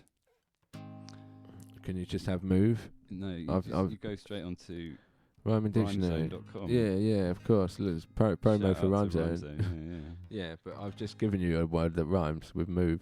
You have. What's wrong with that? There's nothing wrong with it. All right, do it. Okay. But I'm just gonna. I got the big boy. So I'm going with Prove because that is the song title. Shoes, living in my groove. So yeah, Groove is the first one listed. Move is the second. Well, yeah, move's good. Move. I'm Yeah. trying Hoove. You've. you. Approve. Oh, nice. Improve. Disprove. Remove. Reprove. Only if you approve. Approve's good. I'm on the move. Only if you approve. Something like that. Well, because again, we go back to what the song itself is about. Is about that frustration of communication for a baby. So it's Theo's perspective. Yeah. So those lines are quite good. Yeah, living in my groove with so much to prove is great. Yeah. Like, that sets that. So Yeah, well, move's kind of good in the, like, you know, that's it. He's a kid who's on the move kind of thing. So yeah. it's saying that in a simple way. Like if it's not I'm on the move or I'm ready to move or Well, I've got the big boy moves. I've got the big boy moves. Beautiful, perfect. I got the big boy moves. Yeah. And he's just currently looking at his phone. So yeah, I thought rather than going with Prove, I'd try Lose because it's got way more like blues, and this has brought up some much nicer rhymes. With something that soothes. So there's News, which is good. News is Snooze, which is very baby. That's very good, baby. Yeah. Okay, I've so got the big boy moves. Got the big boy moves. Yeah, cool. Snooze is great. Snooze is brilliant. Like after midday snooze. Yeah, also, yeah, something about needing snooze or whatever. Got the big boy moves. Got the big boy moves. After midday snooze, I got so much to do. Perfect. And even more to prove. I have a heart to say. I'm gonna say it anyway. Boom. It's gonna I'm intrigued to see where the song goes because I'm writing it acoustically like this. Yeah. We've kind of got different styles for each section. It's good because it will change. That's it. So Like going with that is interesting. Yeah. Like in fact, seeing where this song comes or goes rather comes out. kind of hilariously, we haven't written music like this for years. Years and years. Almost never together. Yeah. Well, we have done in the past. This is actually how we started writing. Yeah, of course. Our earliest songs, we wrote things like The Temp. And But there's still only a handful, really, across over a decade. That was ages ago. And we're just writing one. Go. Okay, I haven't written any of that down. Can I write it down? Yeah.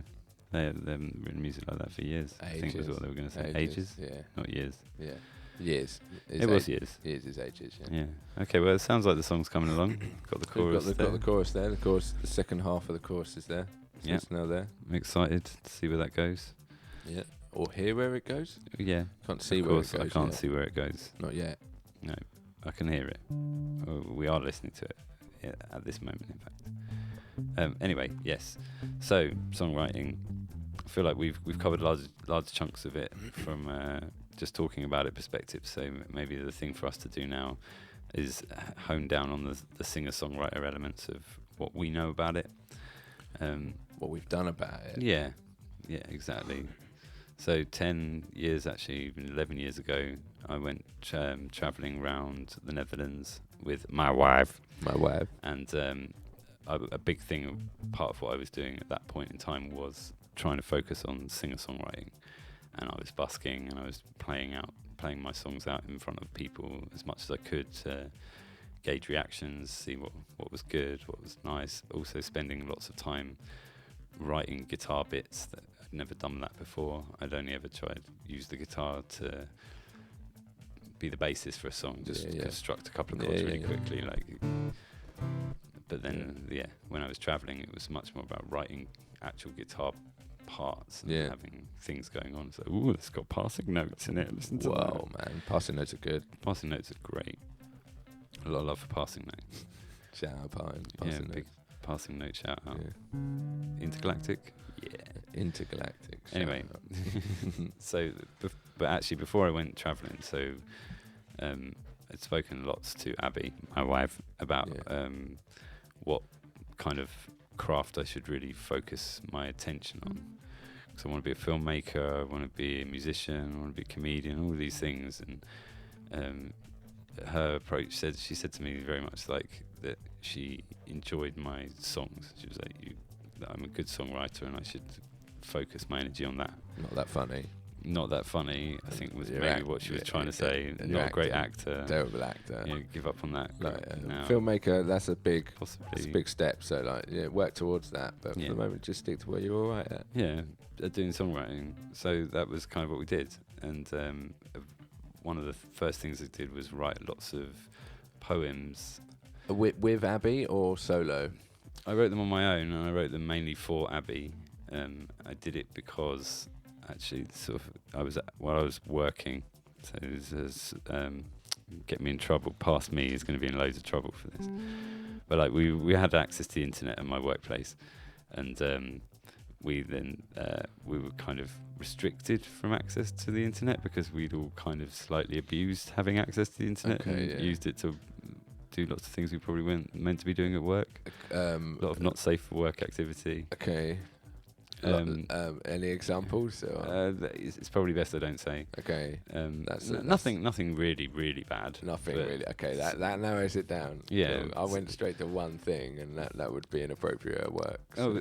There's even you think even like visiting like the BBC website, and if you're spending 7 hours a day on the BBC website, like waiting for breaking news, then that like workplaces are not big fans of that, except the BBC. If you actually work for the BBC, then they're happy with you being on the BBC website. It's not very productive, I suppose. No. So they ended up putting a restriction on us and saying you're not allowed to use the internet for anything other than work-based activities, which for me was like, none of my activities actually require the internet. So I had no real excuse to have it open. Yeah. So I started writing emails, writing poetry, but I was writing them as emails, and I was writing them to myself at home. So I was like, "Dear me, here's a poem," and so I'd sit there and write a poem. Did you write the "Dear Me" bit and stuff? Occasionally, or I sent them to Abby. So I was like, "Here, Abs, this is what I've written for you today." Today's work. So and ended up having loads and loads of them, and then so I was like, there's lots and lots of potential lyrics. So technically, I've got them sitting in a book right in front of me. Technically, you got paid to write these lyrics. Yeah, kind of. Yeah. So this is my first paid writing gig. They didn't know. You wrote it for they yourself, were paying it but for they me. were paying you. Yeah. Just quickly, I had like similar experience when I also done an office job, but I would do art. I'd just draw front covers for singles and stuff like that. Spend my time, so they were paying me to do art. Perfect. And that's it. So if you can get a gig like that, like where your job's really easy and boring and you can get away with writing lyrics or doing art, do it. Good songwriting technique there. And then so ended up with several things. And one of these songs actually made it onto the songbook, which was I Want. And it's got a very Beatlesy type thing. So I don't know if you remember it. Do you remember it? I want chocolate. That's I want sleeves. Cheese. Cheese. Actually mentions cheese. So you can mention cheese in your lyrics if you want. It's not a completely against topic thing. Yeah, man, you can mention cheese as much as you like. Well, if you go back into the Bos archives, you'll find out that there was a song originally all about cheese, and it kind of was. Did it end up being about cheese? It's still about cheese. The key of Brie. The key of Brie. No, is it called that? Yeah. Yeah. Anyway, it's all about cheese, really, and then Alison Brie comes in at the end. Yeah, it's brilliant. So to write this song, it's called I Want, and all I did was just list a bunch of things I wanted, and as Nick just sang, it was like I want chocolate, I want cheese. Okay, go on then, hit me with a little bit of it. I want chocolate, I want cheese, I want rice and I want peas. Ooh, that wasn't right. I want peas. I played the wrong chord there, you see. Okay. So these are all seventh chords, which makes them all really twee. Beatly. Very beatly. So like an A, that's an A. Oh, lovely, lovely A, it's a lovely A, lovely A, lovely A, lovely A. That's a lovely And A. that's how he wrote that song. A lovely A, lovely A, lovely A. Maybe. Wait. Is it an A? It must be. No, I don't think it is. He's got a D. Day. A It's lovely. day. Lovely. That's a D. D. A. There's no Y chord. Yeah. Why? Why is there no Y chord? But yeah, so that's an A, and then to make it all twee and seventh-y, you just take out the middle note finger, and you're left with that note instead. So you got, and then you get.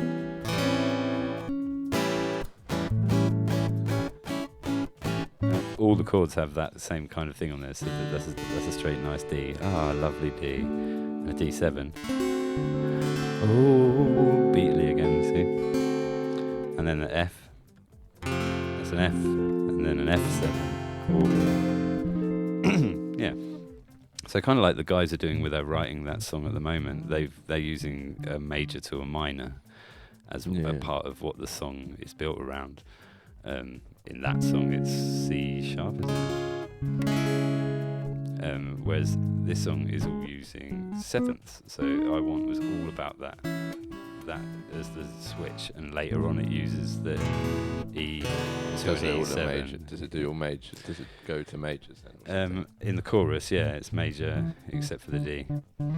So yeah, the chorus bit goes. I want to want for nothing, because nothing's what I'm. Oh no, it wasn't. Anyway, I'll try again, shall I? I want to want for nothing, because nothing's what I'm gonna get. And that was the switch bit there.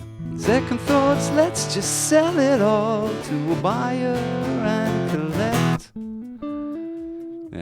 Yeah, I do remember that song. It was on Songbook. Yeah, and that's it. So that So that was the set of lyrics you wrote at work. Yeah. I want chocolate, I want cheese, I want rice, and I want peas. I want little pixie disco balls to hang off of my knees.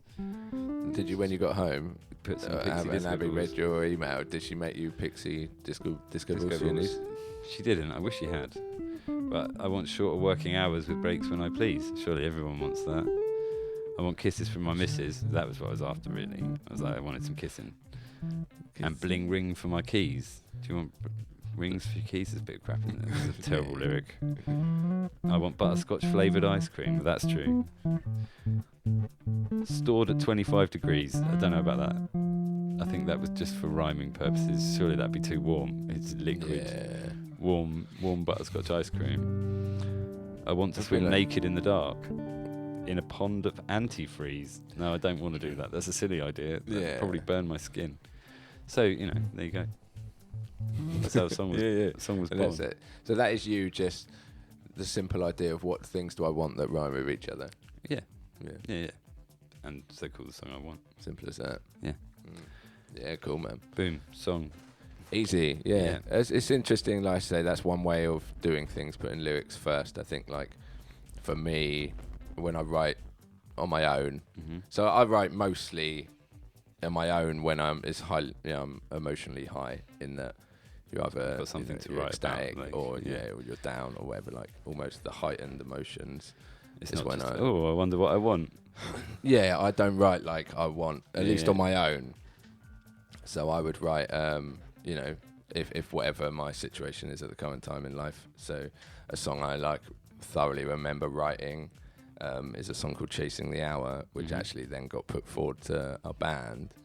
But at the time, just being just come out of a relationship. It's all in C sharp minor. Mainly because, like, when I write, I often write in this area of the guitar for my voice. Even though I didn't end up singing it.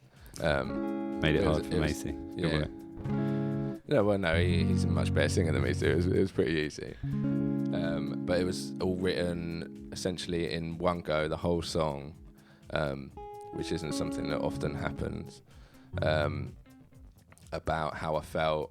I'd separated from a partner, but we were currently living together.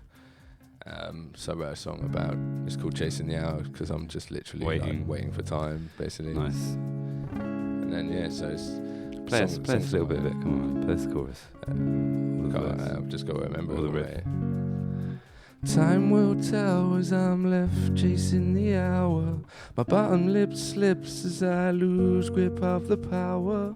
Emotions explode and I know I'll stand tall at the top of the tower.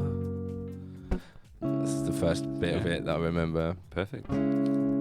Yeah. So like, and it was a song. So I'd written it. It got developed through the band, but I liked, just putting it together myself for the band was a rare thing. But it was all because basically I was emotionally in a place where I was like, you had something to say. Songwriting. It's why I love making music like Bos, because we don't do that. Like that's it. We just throw stuff out and stuff out. Yeah, that's the next episode we'll talk about. Alternative writing. But then I've got other pieces of music like or favourites of mine of certain recent songwriting is Ride Another Wave. So Ride Another Wave is actually a song where... Play us the riff, please.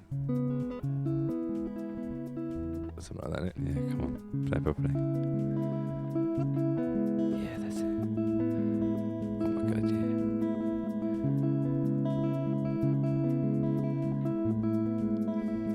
yeah. See, it's beautiful, man.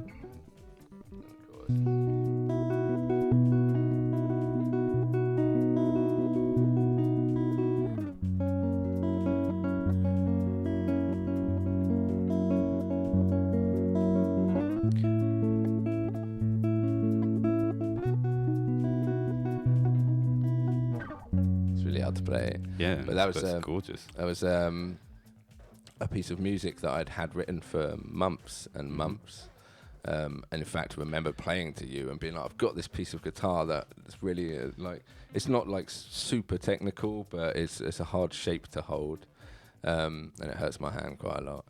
But I wrote that eventually became the song about going into my wife going into labour. With our son, so Theo, the Odor, it all connects. It's all connected. But that was a piece of music written, a long time before, until I was almost emotionally ready to write something for myself, basically, and that's what came out. Like, so yeah, man, it's another different way of doing it. Put music down first, and So I've got another example from my travels. So there's a song which you can also hear on the songbook, which is called In Between, where this was very much written all at the same time. I sat there and was playing around with the chord sequence. This is also on songbook, isn't it? Yeah. This is an amazing tune. How's it go? Don't know, mate. What's the chord say? That's it. So this is all about like something that I always have done as a songwriter is find a nice shape and then just try it up and down the neck to see what it sounds like. It's an easy way to play guitar. I think I've been again trying to teach people to play guitar and say that if you want to write, you can play the whole guitar in one way easily. Yeah.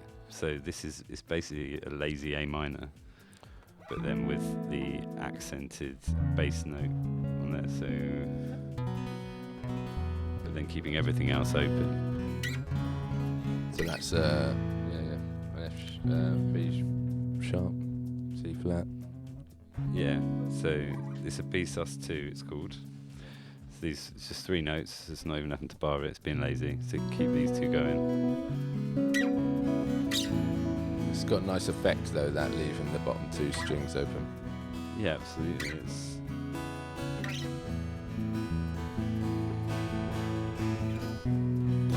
screwed to the in-between,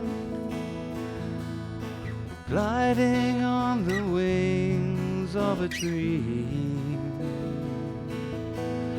so relentlessly carefree given the state of the world, judgment, jurisdiction reserved for little girls.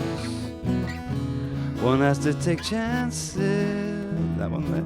Chances, that's how one advances. Otherwise, you are just stuck in the space in between. So even that, it's like it's just going up and down those chords. It's got some lovely changes. It's bringing in the introduction to the E. Is the beauty of it. I remember hearing that for the first time. You wrote that travelling again, right? Yeah. I remember you putting a video up of it, I think. I remember being like, wow, man, that's wicked. That's a wicked tune. It's just like it was written in half an hour, and it was very of the moment. It mentions exactly all the things that were going on for me at that point.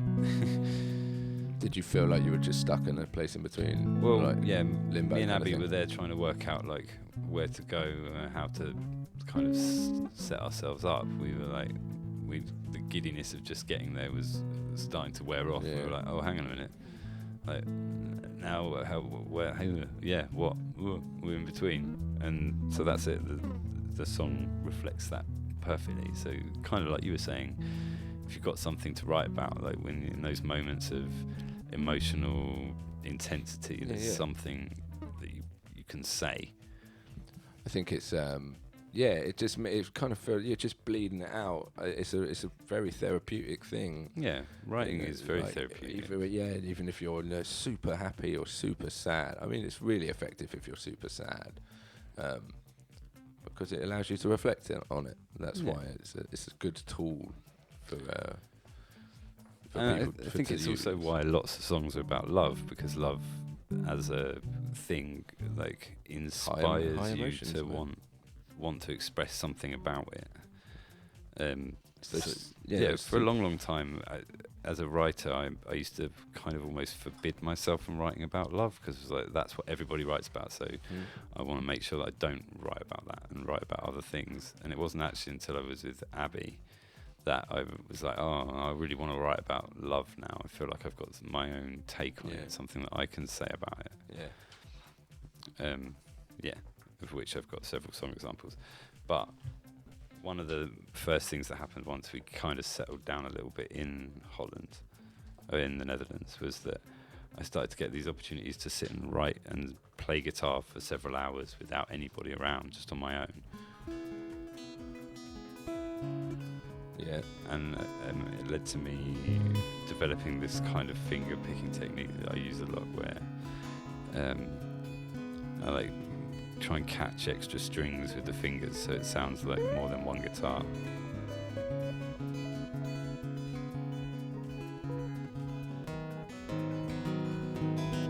And then finding like the extra space. I think again, man, the only way you get better at all of these things is by doing it, right? Like when you get to spend hours. When I travelled, almost the first place I landed in New Zealand, so it was the second country I went to. I bought a guitar, and that came travelling for the rest of the year with me. And having infinite time just meant you get better.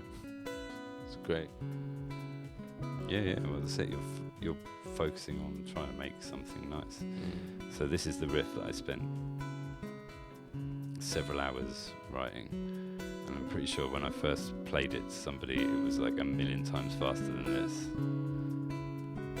But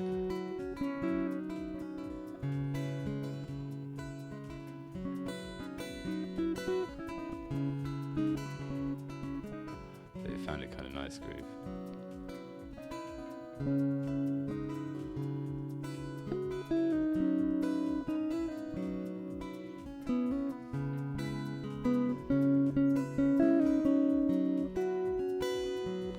Lyrics, obviously, because I sound really intended to song, but it's all about where to go from there. So I had this, and I was like, oh, this is lovely. Where does it go from here? And then all I did was add a third chord, which is this.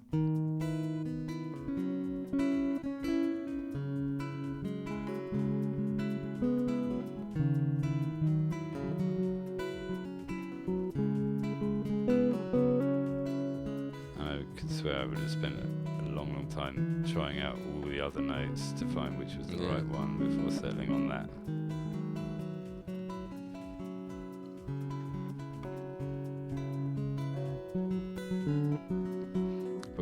one of my favourite songs I've ever written. It's called Prime, and why I like it so much is because it goes from that really nice, subtle, twinkly guitar bit to a really fleshed out chorus. So the chorus goes, help yourself, but if you need it, ask someone else. We are all stuck here together, so might as well help out. Save yourself, and if you can, then lift a hand and save someone else. We are all drowning here together, so let's just brave this weather ourselves. And when did you write this? Sorry? when I was travelling. Oh, awesome. Yeah, and it's one of those songs that I did literally spend hours and hours writing, compared to some songs which just, like the other one in between, like fell out within 10 minutes, half an hour, and it was all completed and recorded and done. Yeah, done, yeah, cool. Whereas this took so long, and it's got other sections as well. It's got another bit where it kind of plays around with the F and stuff. And you must have hundreds of songs in that. Like, we done, before you went travelling, done a recorded an album in a shed. Yeah. So these, then Some of these after songs, after doing that, I wrote 2 further records while travelling. Right. And they were all songs that were geared towards me playing on the streets or trying to playing in small venues. So, like, in fact, it's funny because opposite this on the page, what I would always do is write them up in a book as well, so that I always had a version there that I could always refer to. Obviously, it's not great for a songwriter or an artist to always have to look at a book, but what I've always found is it always meant that I can fall straight back into what the style of the song or what the sound of the song is, just by seeing it written down, seeing the... And in fact, in my book, I put pictures and things to help me kind of get to that too. But like, there was a song that I used to play busking, which I've never really ever played ever since then. It only was a busking song. It's called the Buskers song, and it just goes... I can't even remember.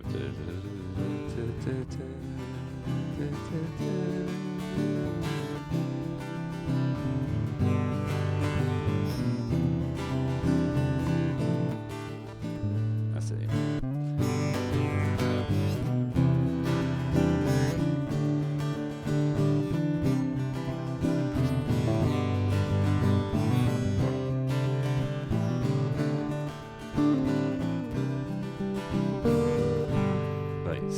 Nice bit of guitar, and I basically would stand on the streets and play that round and round for ages. Improvise it.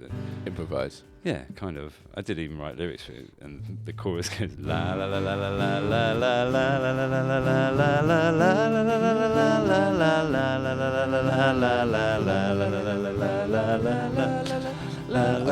la. You got it, yeah. La la la la la la la la la la. Yeah. Yeah. Did you get many people singing along? No. It was never a big hit, but it was like, because it was really easy to play, it would be a song that I could sit there and just play around and around for ages and just make stuff up, make some money, and Standing on the streets singing, sharing the love I have within. I'm full of pride, but I won't let it slide if criticism's constructive and euros don't hide. So totally for the exact spot. Only euros. Yeah, man. Awesome. Yeah. Awesome. That's it. But that's all. That's G, C, D.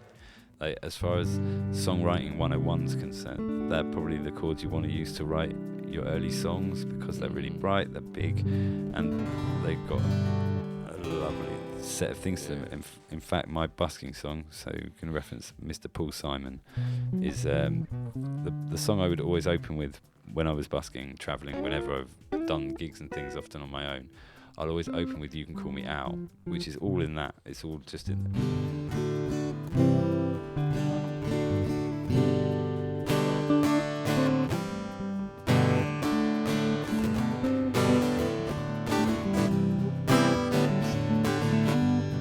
G, D, C, D. Man walks down the street, he says, why am I soft in the middle now? Why am I soft in the middle? The rest of my life is so hard, I need a photo opportunity. Yeah, and so on. It's such an easy song to to start with. But if you listen to the record, it's much more of a synth song. It's not really a guitar song. No, man. Well, he's incredible as a songwriter. Like everything that with Garfunkel as well, but like certainly his solo stuff. Yeah, he's in a league of his own. Yeah, he comes from that old school thing which we was talking about earlier about the songwriting being an institutional craft rather than the path of the artist. Like Paul Simon was one of the writers that falls into that category. I think he spent lots of time writing songs before he became an artist himself. Yeah, awesome. Yeah, man, it's sweet. I think it's great how everybody does it differently. It's every completely moment, especially. So I mean, like again, for me, I went through several stages. I've more often than not written with somebody. Yeah. More often than not, that has been Macy. We've written a lot of songs together, and we went through stages in our career, I suppose, in what we'd do. So like one of my favourite songs is actually not written with Macy, but was actually a bit of a reference back to when we were talking about doing stuff in the office. So the band I was in at the time, called Gypsy Magic, and we went on like a 6-day tour down to Cornwall. Mm-hmm. And whilst we were there, we'd spent a lot of time just hanging out and jamming. And I wrote a riff. I like this riff. Yeah, so the whole time we were there, we kind of like jammed. Mainly me and James, the bass player at the time, jammed a lot with it. And when we got back from tour, we were like, right, we need to write this song. So we wrote it over email to each other whilst working. So I got paid to write the song. And it was literally just backs and forths of lyric ideas. Because we kind of had melodies. It was quite literally, we have all the time to do anything. Hold your head above the line to take a spin. Another town to make a home. But I can't stay, I got to go. Moving round, pitch up, pitch down. With a new town to go. It's all about being on tour, hitting the road. Hit the road. It was a nice again, piece of music I wrote, and then took to the others and then a song came out over email in a matter, and then really it kind of came together pretty quickly in the studio. But then also had a lot of time, kind of making early style Bos stuff. In Macy and I made a hip hop album. Mm-hmm. Because we were currently not doing a lot with the band. The band still existed, but not a lot was going on.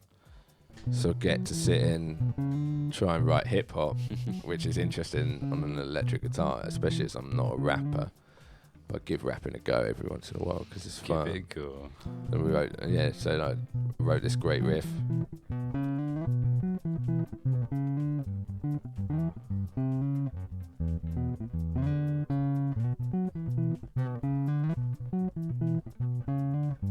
Sounds like Chili Peppers. Yeah, I loved it. So we made a hip hop song called "Do You Do What I Want." I won't rap it to you though. Oh, go on, rap it. Okay. Which bit? Your bit. My bit. I can't remember the opening line to my Whatever bit. bit. Okay. Rap it.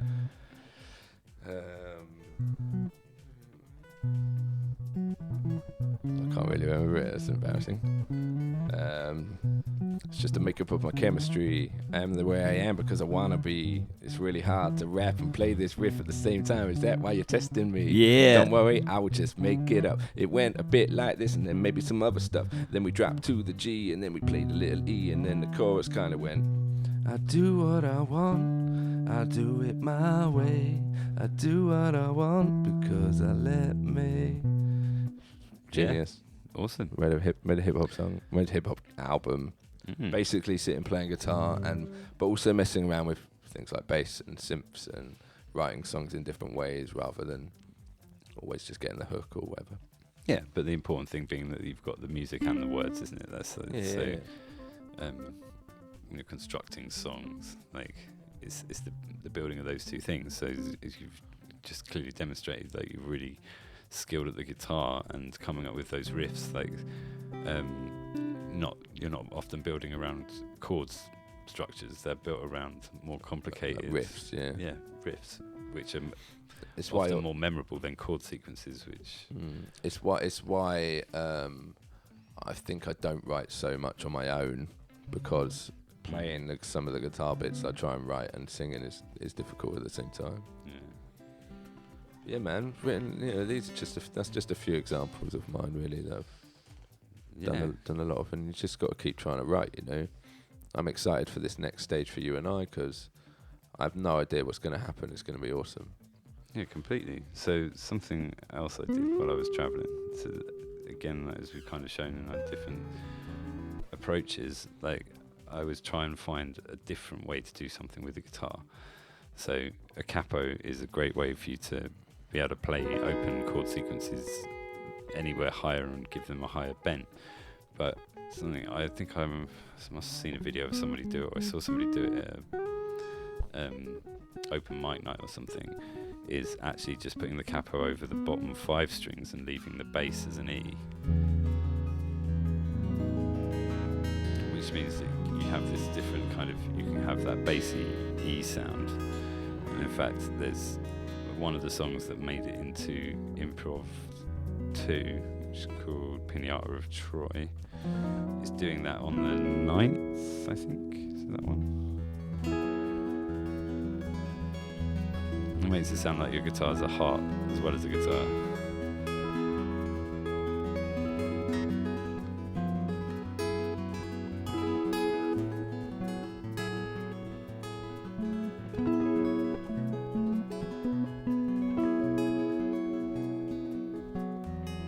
In fact, that's a piece of music that I want to develop a bit and work on for the Odor. It's kind of already a little bit in existence, isn't it? Well, yeah, again, it's A little bit. part of the improvisation thing. Yeah, so it's a song we're taking from it. And develop it into its grand and nice, but also understated.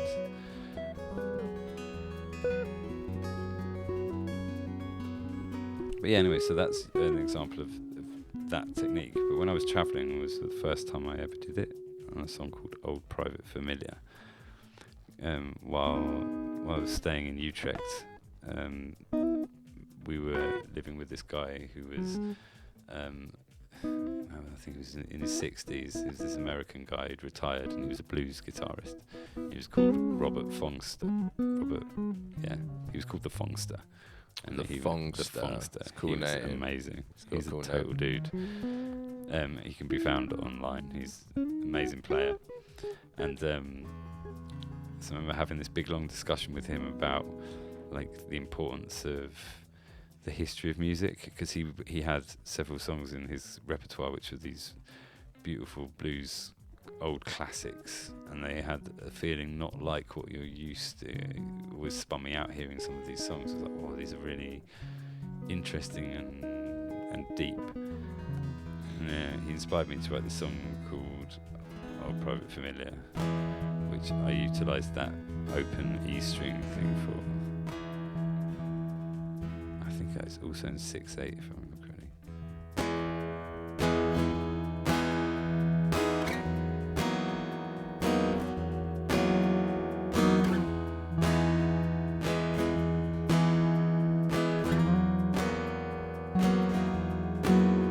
That smell, oh private familiar smell,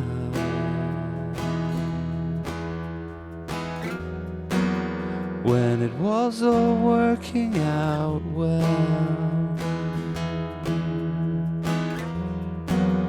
and our toes were always warm.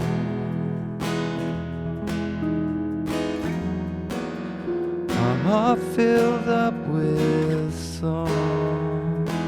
And the kind of quick chorus bit that goes, Those days are gone.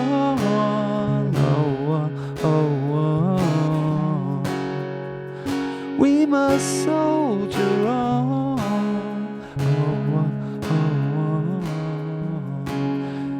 for that bit the E's muted, because then when you drop back to it,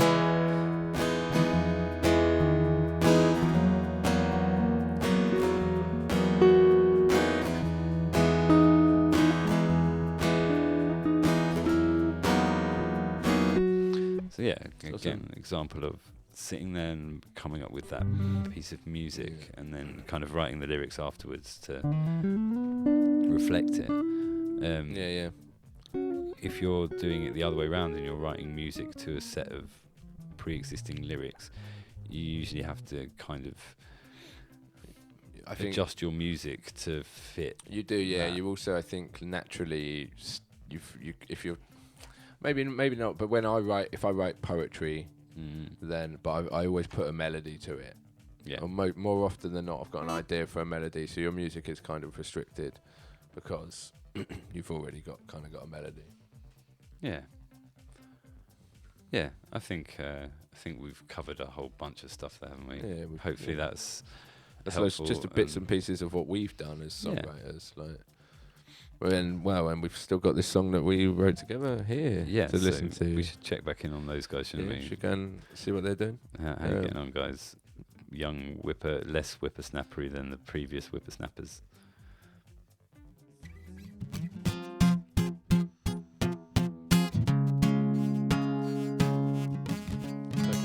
Another a frustrating thing for a baby. We've covered off you can't hear the thoughts, you can't work out what the sounds mean. So maybe something about cries. Yeah, we mentioned cries last time, I think.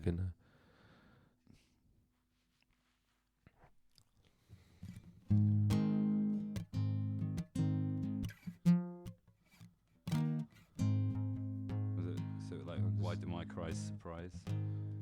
Why do my cries surprise? Quite a lot. Why can't you hear my thoughts? Why can't you hear my thoughts? Why do my cries surprise? Yeah, okay, run with it. Yeah. We could even add you in if you wanted to. Why do my cries surprise you? Yeah, it's good. Okay, yeah. Why do my cries surprise you? And then something that rhymes with a miscommunication, because that's a great line. Doing that, following that same thing. Yeah. Miscommunication.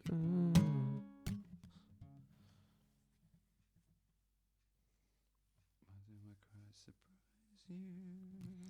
Miscommunication. Oh, well, yes, that's what we need. So again, this is where rhyme zone is.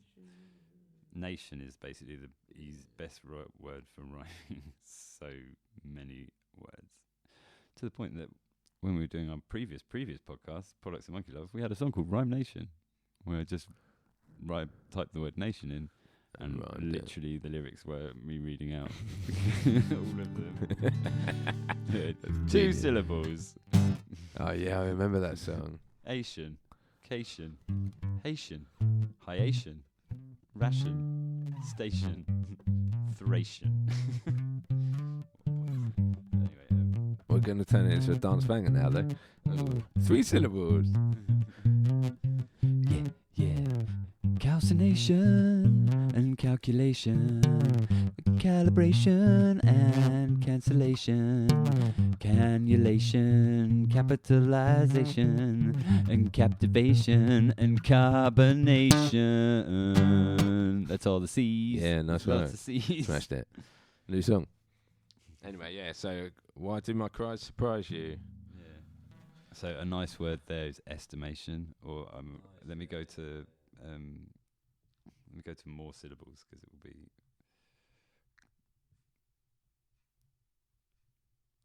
differential equation. That's 7 syllables.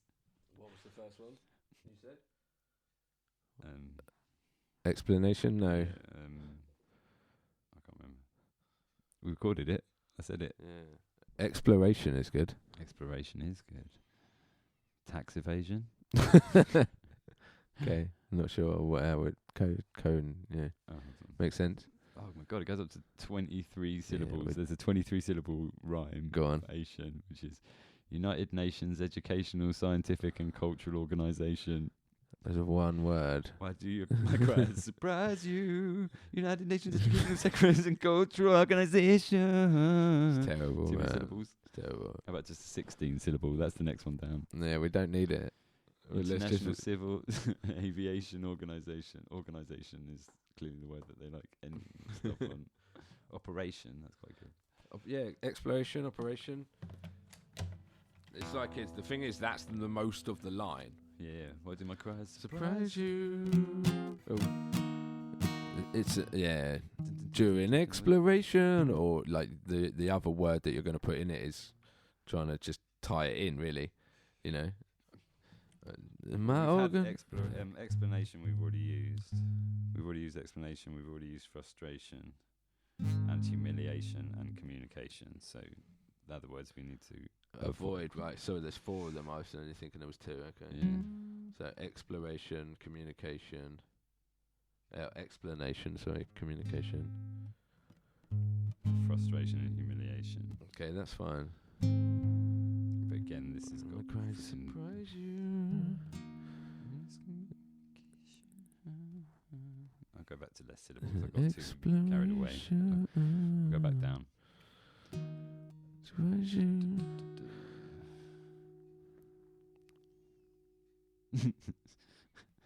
Temptation.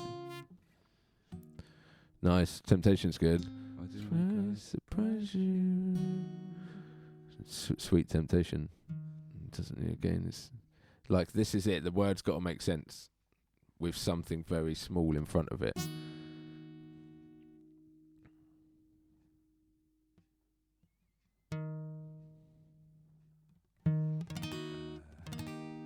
During exploration.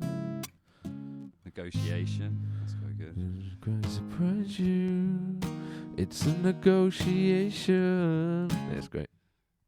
Yeah. Why do my cries surprise you? It's a a negotiation. Or about a renegotiation. Yeah. A renegotiation. Renegotiation. Or how about say something like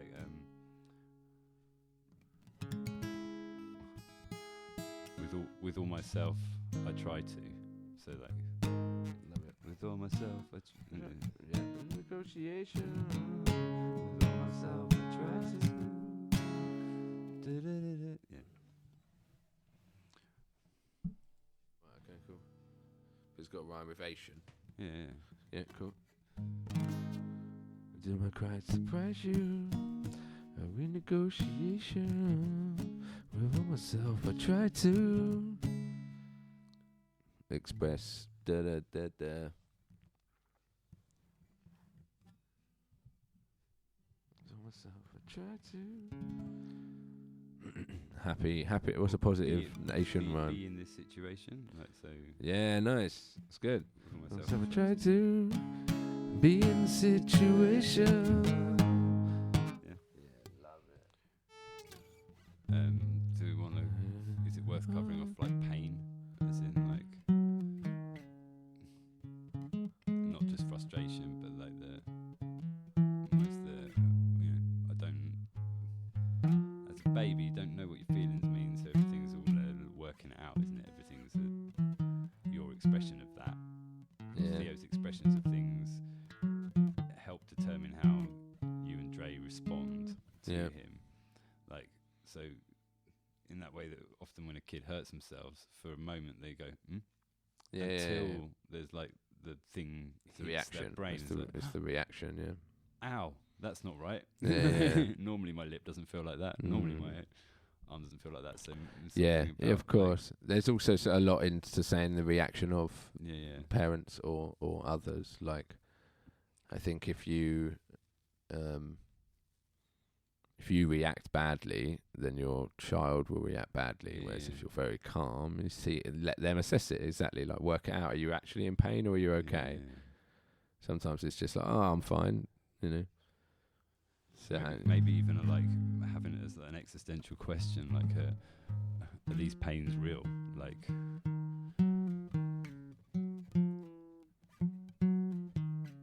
yep. I don't like the word pain. Yeah, no, you want to keep it up like a bit more positive, don't you, right? Well, how about something like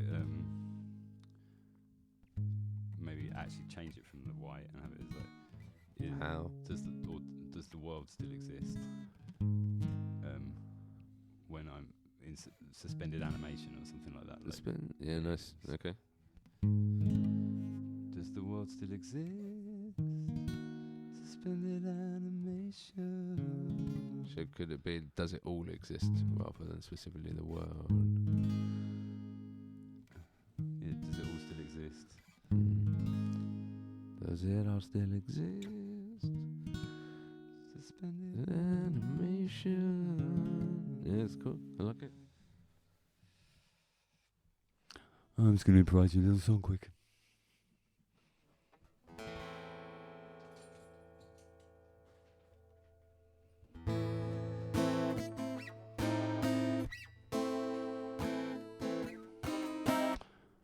I didn't say it was going to be any good, but I said I'd do it, and I did it.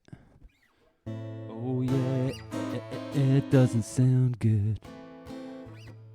It doesn't sound good. Doesn't sound good, but we could try to make it good. We could try to make it good, but this would be a waste of time. We should just write a better rhyme, but maybe we could try and make it good. Yeah, if we worked harder, we could make it good. Could get better and get better and get better and get better and get wetter and get better than good. I ended up good. Oh yeah, pretty good.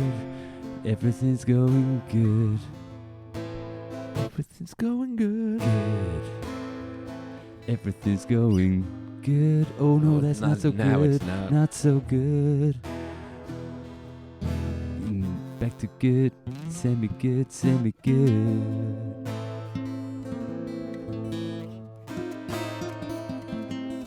Oh. Right, that was a minor distraction. It was. Where were we? When my cry surprised you, renegotiation with all myself, I try to be in this situation. Does it all still exist? Or So again, like, well, he's just asked like a massively existential question. It's like, does this all still exist? Like, when I'm asleep. yeah, gosh, yeah. When I'm asleep or when I'm not here in the mind, does this all still here? It's like, it's a pretty mind-blowing question to be asking. Mm-hmm. Do you need to mention dreams? Possibly, and then maybe this is actually where we do get a bit more existential and space baby elements of the thing of like Theo, without realising it, has had an education early in music. So what can we mention? Something about rocket ship or something? That Ship's good, yeah. Ship. Or Orbit. Or Orbit, yeah. Mention a little flashback to Space Baby, a little nod to Space Babies. Mm-hmm. Yeah, cool. That's a great idea. Does it also exist? Suspended animation. Shooting out of orbit. I mean, they're good. Yeah, Says it. animation. I had it. I was thinking like something along the lines of like describing Earth as a rocket, as a ship, a space station. So space station being the Earth space station being the rhyme line. So does it also still exist? Suspended animation. I'm floating out of orbit, to space station kind of thing. Being in orbit. So like while I float in orbit. Not like he's talking back to space station, is that what you mean? A bit like the Major Tom. Around the Earth space stations, yes. Oh, right. Rather than it's them. Slight Right. nod to it, but yeah, it's like he's space babying it. I'm asleep. Yeah. And at that point, I'm floating around in space because you guys made me do that. With animation. Mm-hmm. To space station. Or plotting my orbit. That's quite good, yeah.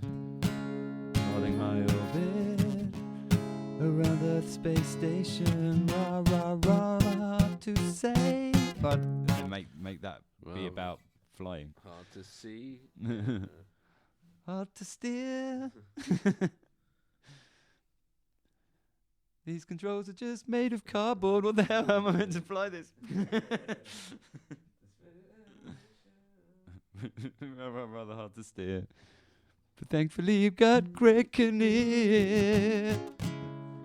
We love you, Greg. I got the big boy Greg. Big boy Greg. And self-tying Gregs. Like fun to something. Well, I don't know if hard to steer is that bad because you've kind of implied Yeah, the also, thing. yeah, it also can mean a lot. Yeah. Yeah. So rather hard to steer is. Let's go with it. Rather hard to steer. It's gonna be impossible to not say Greg Kinnear. Well, clear is good. Every time we sing this song, Yeah, cause everybody knows we're big fans of Greg. Big fans of Greg. hard to steer. Rather hard to steer. But I'm the one that's shifting gear. Yeah, gear's good. Hard to steer. Time to knock it up a gear. Oh, Yeah, love it. Maybe not knock. Take it. Just take Take it it up up, a gear. Time to take it up a gear. I got my big boy blues. Yeah. so let's just write another one of these things. Well, we keep the same one.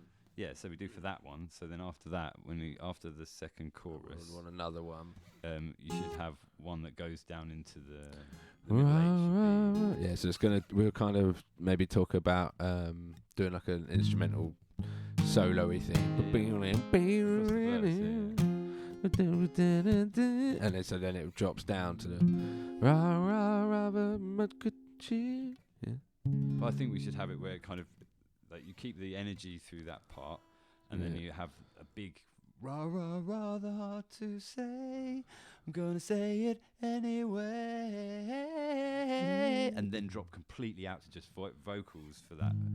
The I got first the round big of the- boy blues. Yeah, cool. Self-tying shoes. Bam, Yeah, bam. yeah, cool. I Okay. got so much. So actually, we were talking about not putting a chorus here, weren't we? It was actually going to go straight into the. Yeah, it's gonna feel like it wants a chorus. So we straight put a away. chorus there And anyway for the as mix, well, so, because we're writing this in a traditional way, let's stick to a Yeah, cool. slightly more traditional structure. It's got the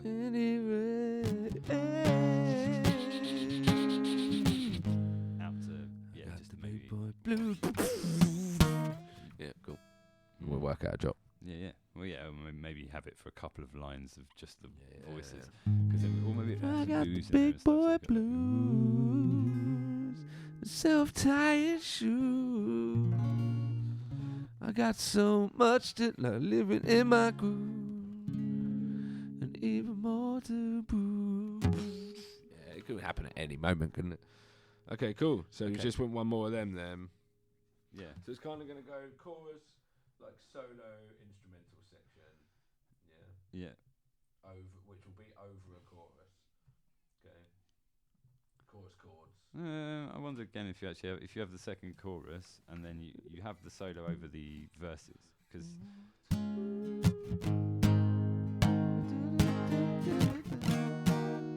It doesn't really actually make a difference.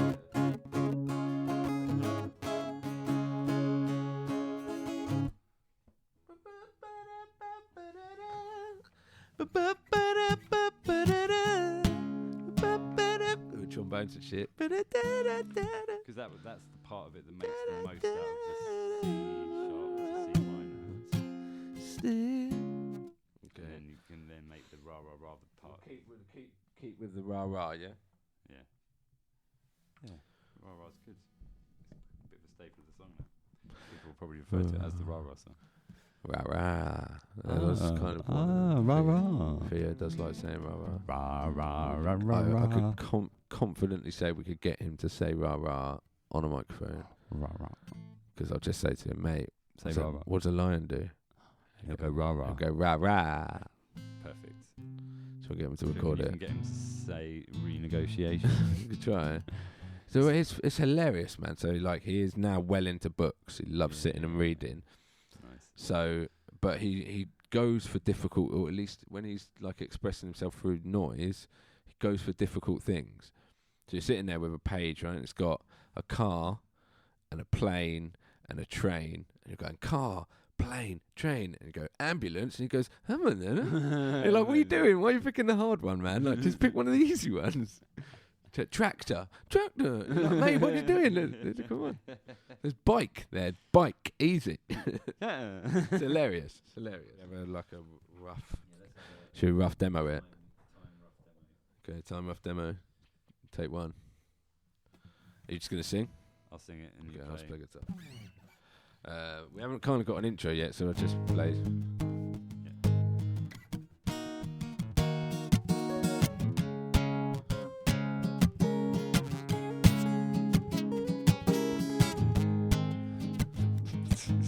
Double intro, I love it. But I also think we should have a riff section, so. Why can't you hear my thoughts? Oh, miscommunication, reflecting what I'm taught, a source of my frustration. Why can't you guess my sounds? Oh, my humiliation, stretching out of bounds. No further explanation, rather hard to say. I'm gonna say it anyway. I got the big boy blues and self-tying shoes, living in my groove with so much to prove. I got the big boy moves under my midday snooze. There's still so much to do and even more to prove. Hard to say, I'm gonna say it anyway. Why do my cries surprise you? A renegotiation. With all myself I try to be in this situation. Does it all still exist? Suspended animation, plotting my orbit around Earth's space station. Rather hard to steer. Time to take it up again. I got the big boy blues and self-tying shoes. I'm living in my groove with so much to prove. I got the big boy moves after my midday snooze. There's still so much to do and even more to prove. Rather hard to steer. Time to take it up again. Yeah!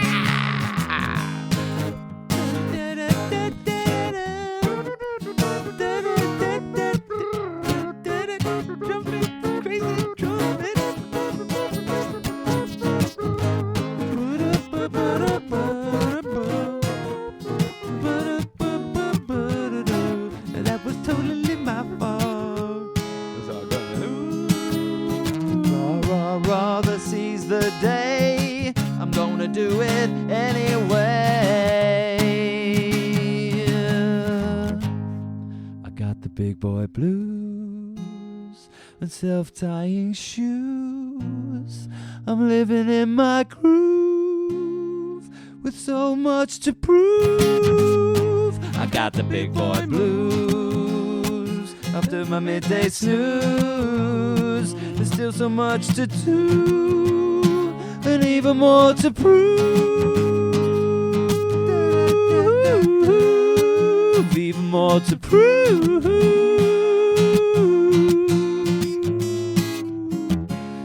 Yeah. Something like that, kind of, Yeah. at the end. And maybe even a rah end on it. Rather hard to say.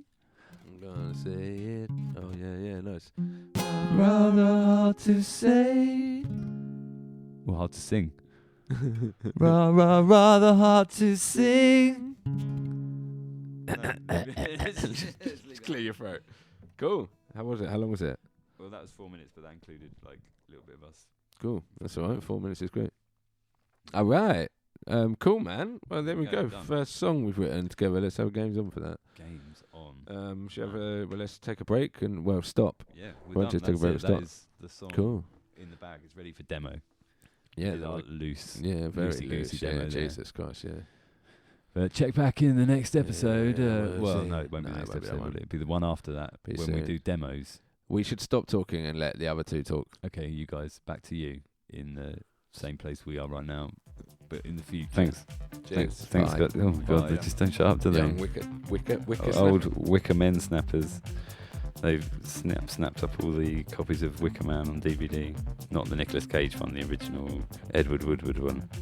Didn't we write a song called Wicker Man? No, Wicker Bells. Wicker Bells. Ideas bouncing round like Wicker Bells. Wicked Bells. Wicker Bells. Wicked Bells. Yeah, well, that song's going somewhere. Yeah, absolutely. Okay. I'm excited to hear that. In fact, we will follow the progression of that throughout this podcast series.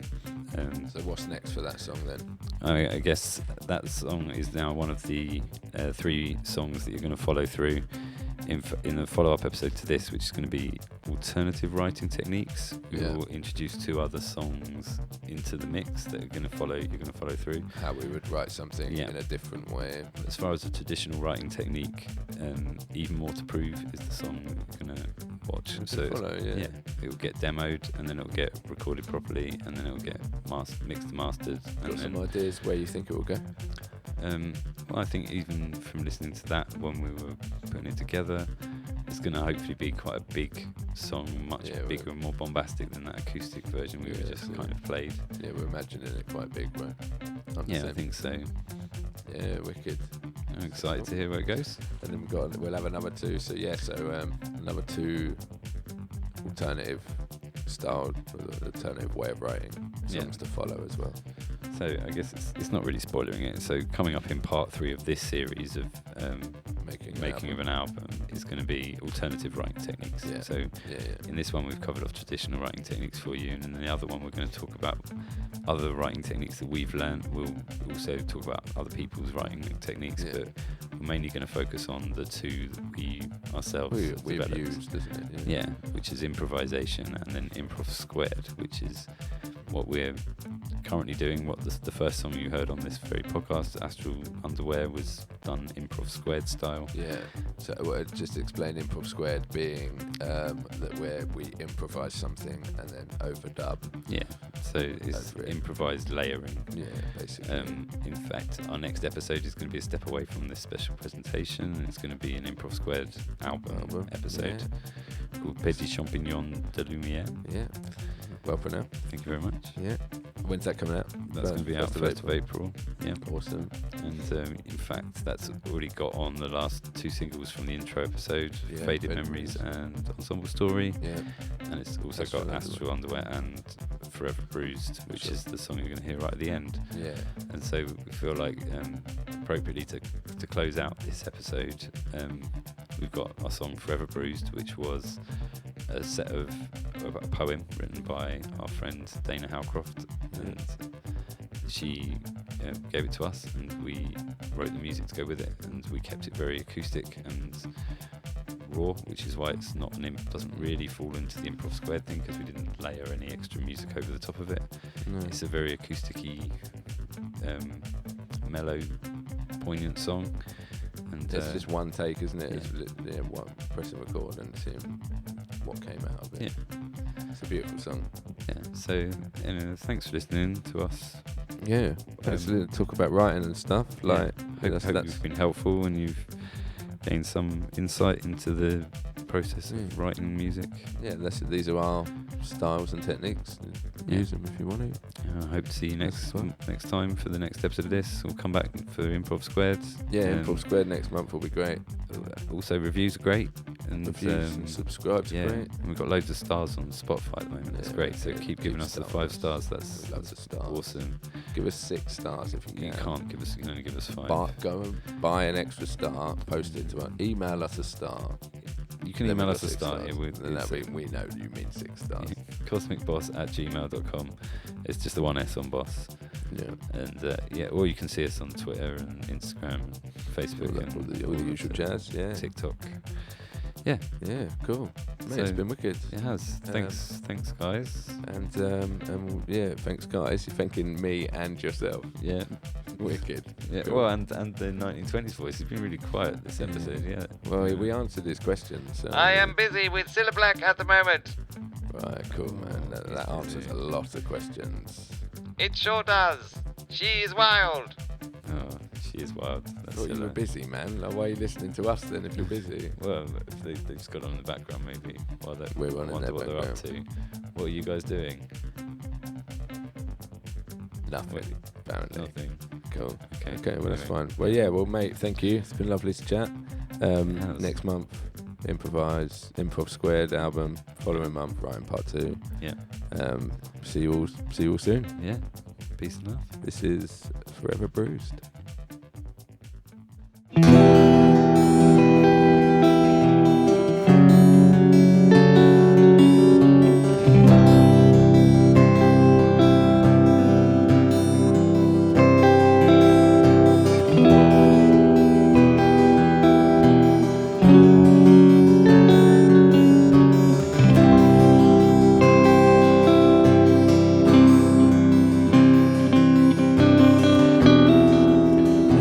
Upon your lifeless body,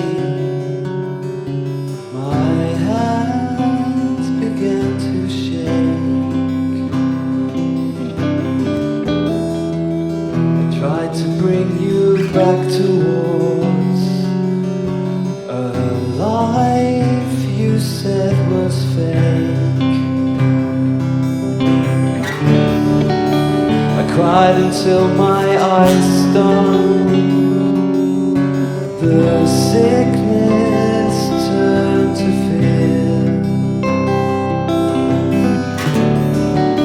a fear that's never ending now, a hate that's always here.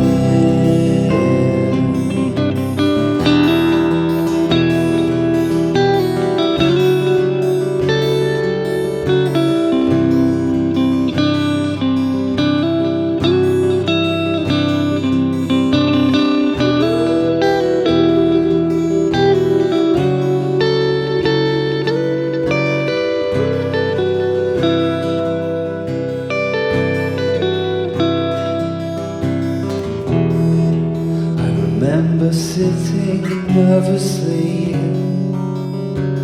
hoping you would wake. I remember thinking if you were gone, it would be far too much to take. My heart drained of compassion. My brain was so confused. Then you whispered that word so softly that we'll forever leave a bruise. Forever leave, we'll forever leave a bruise. Forever leave, we'll forever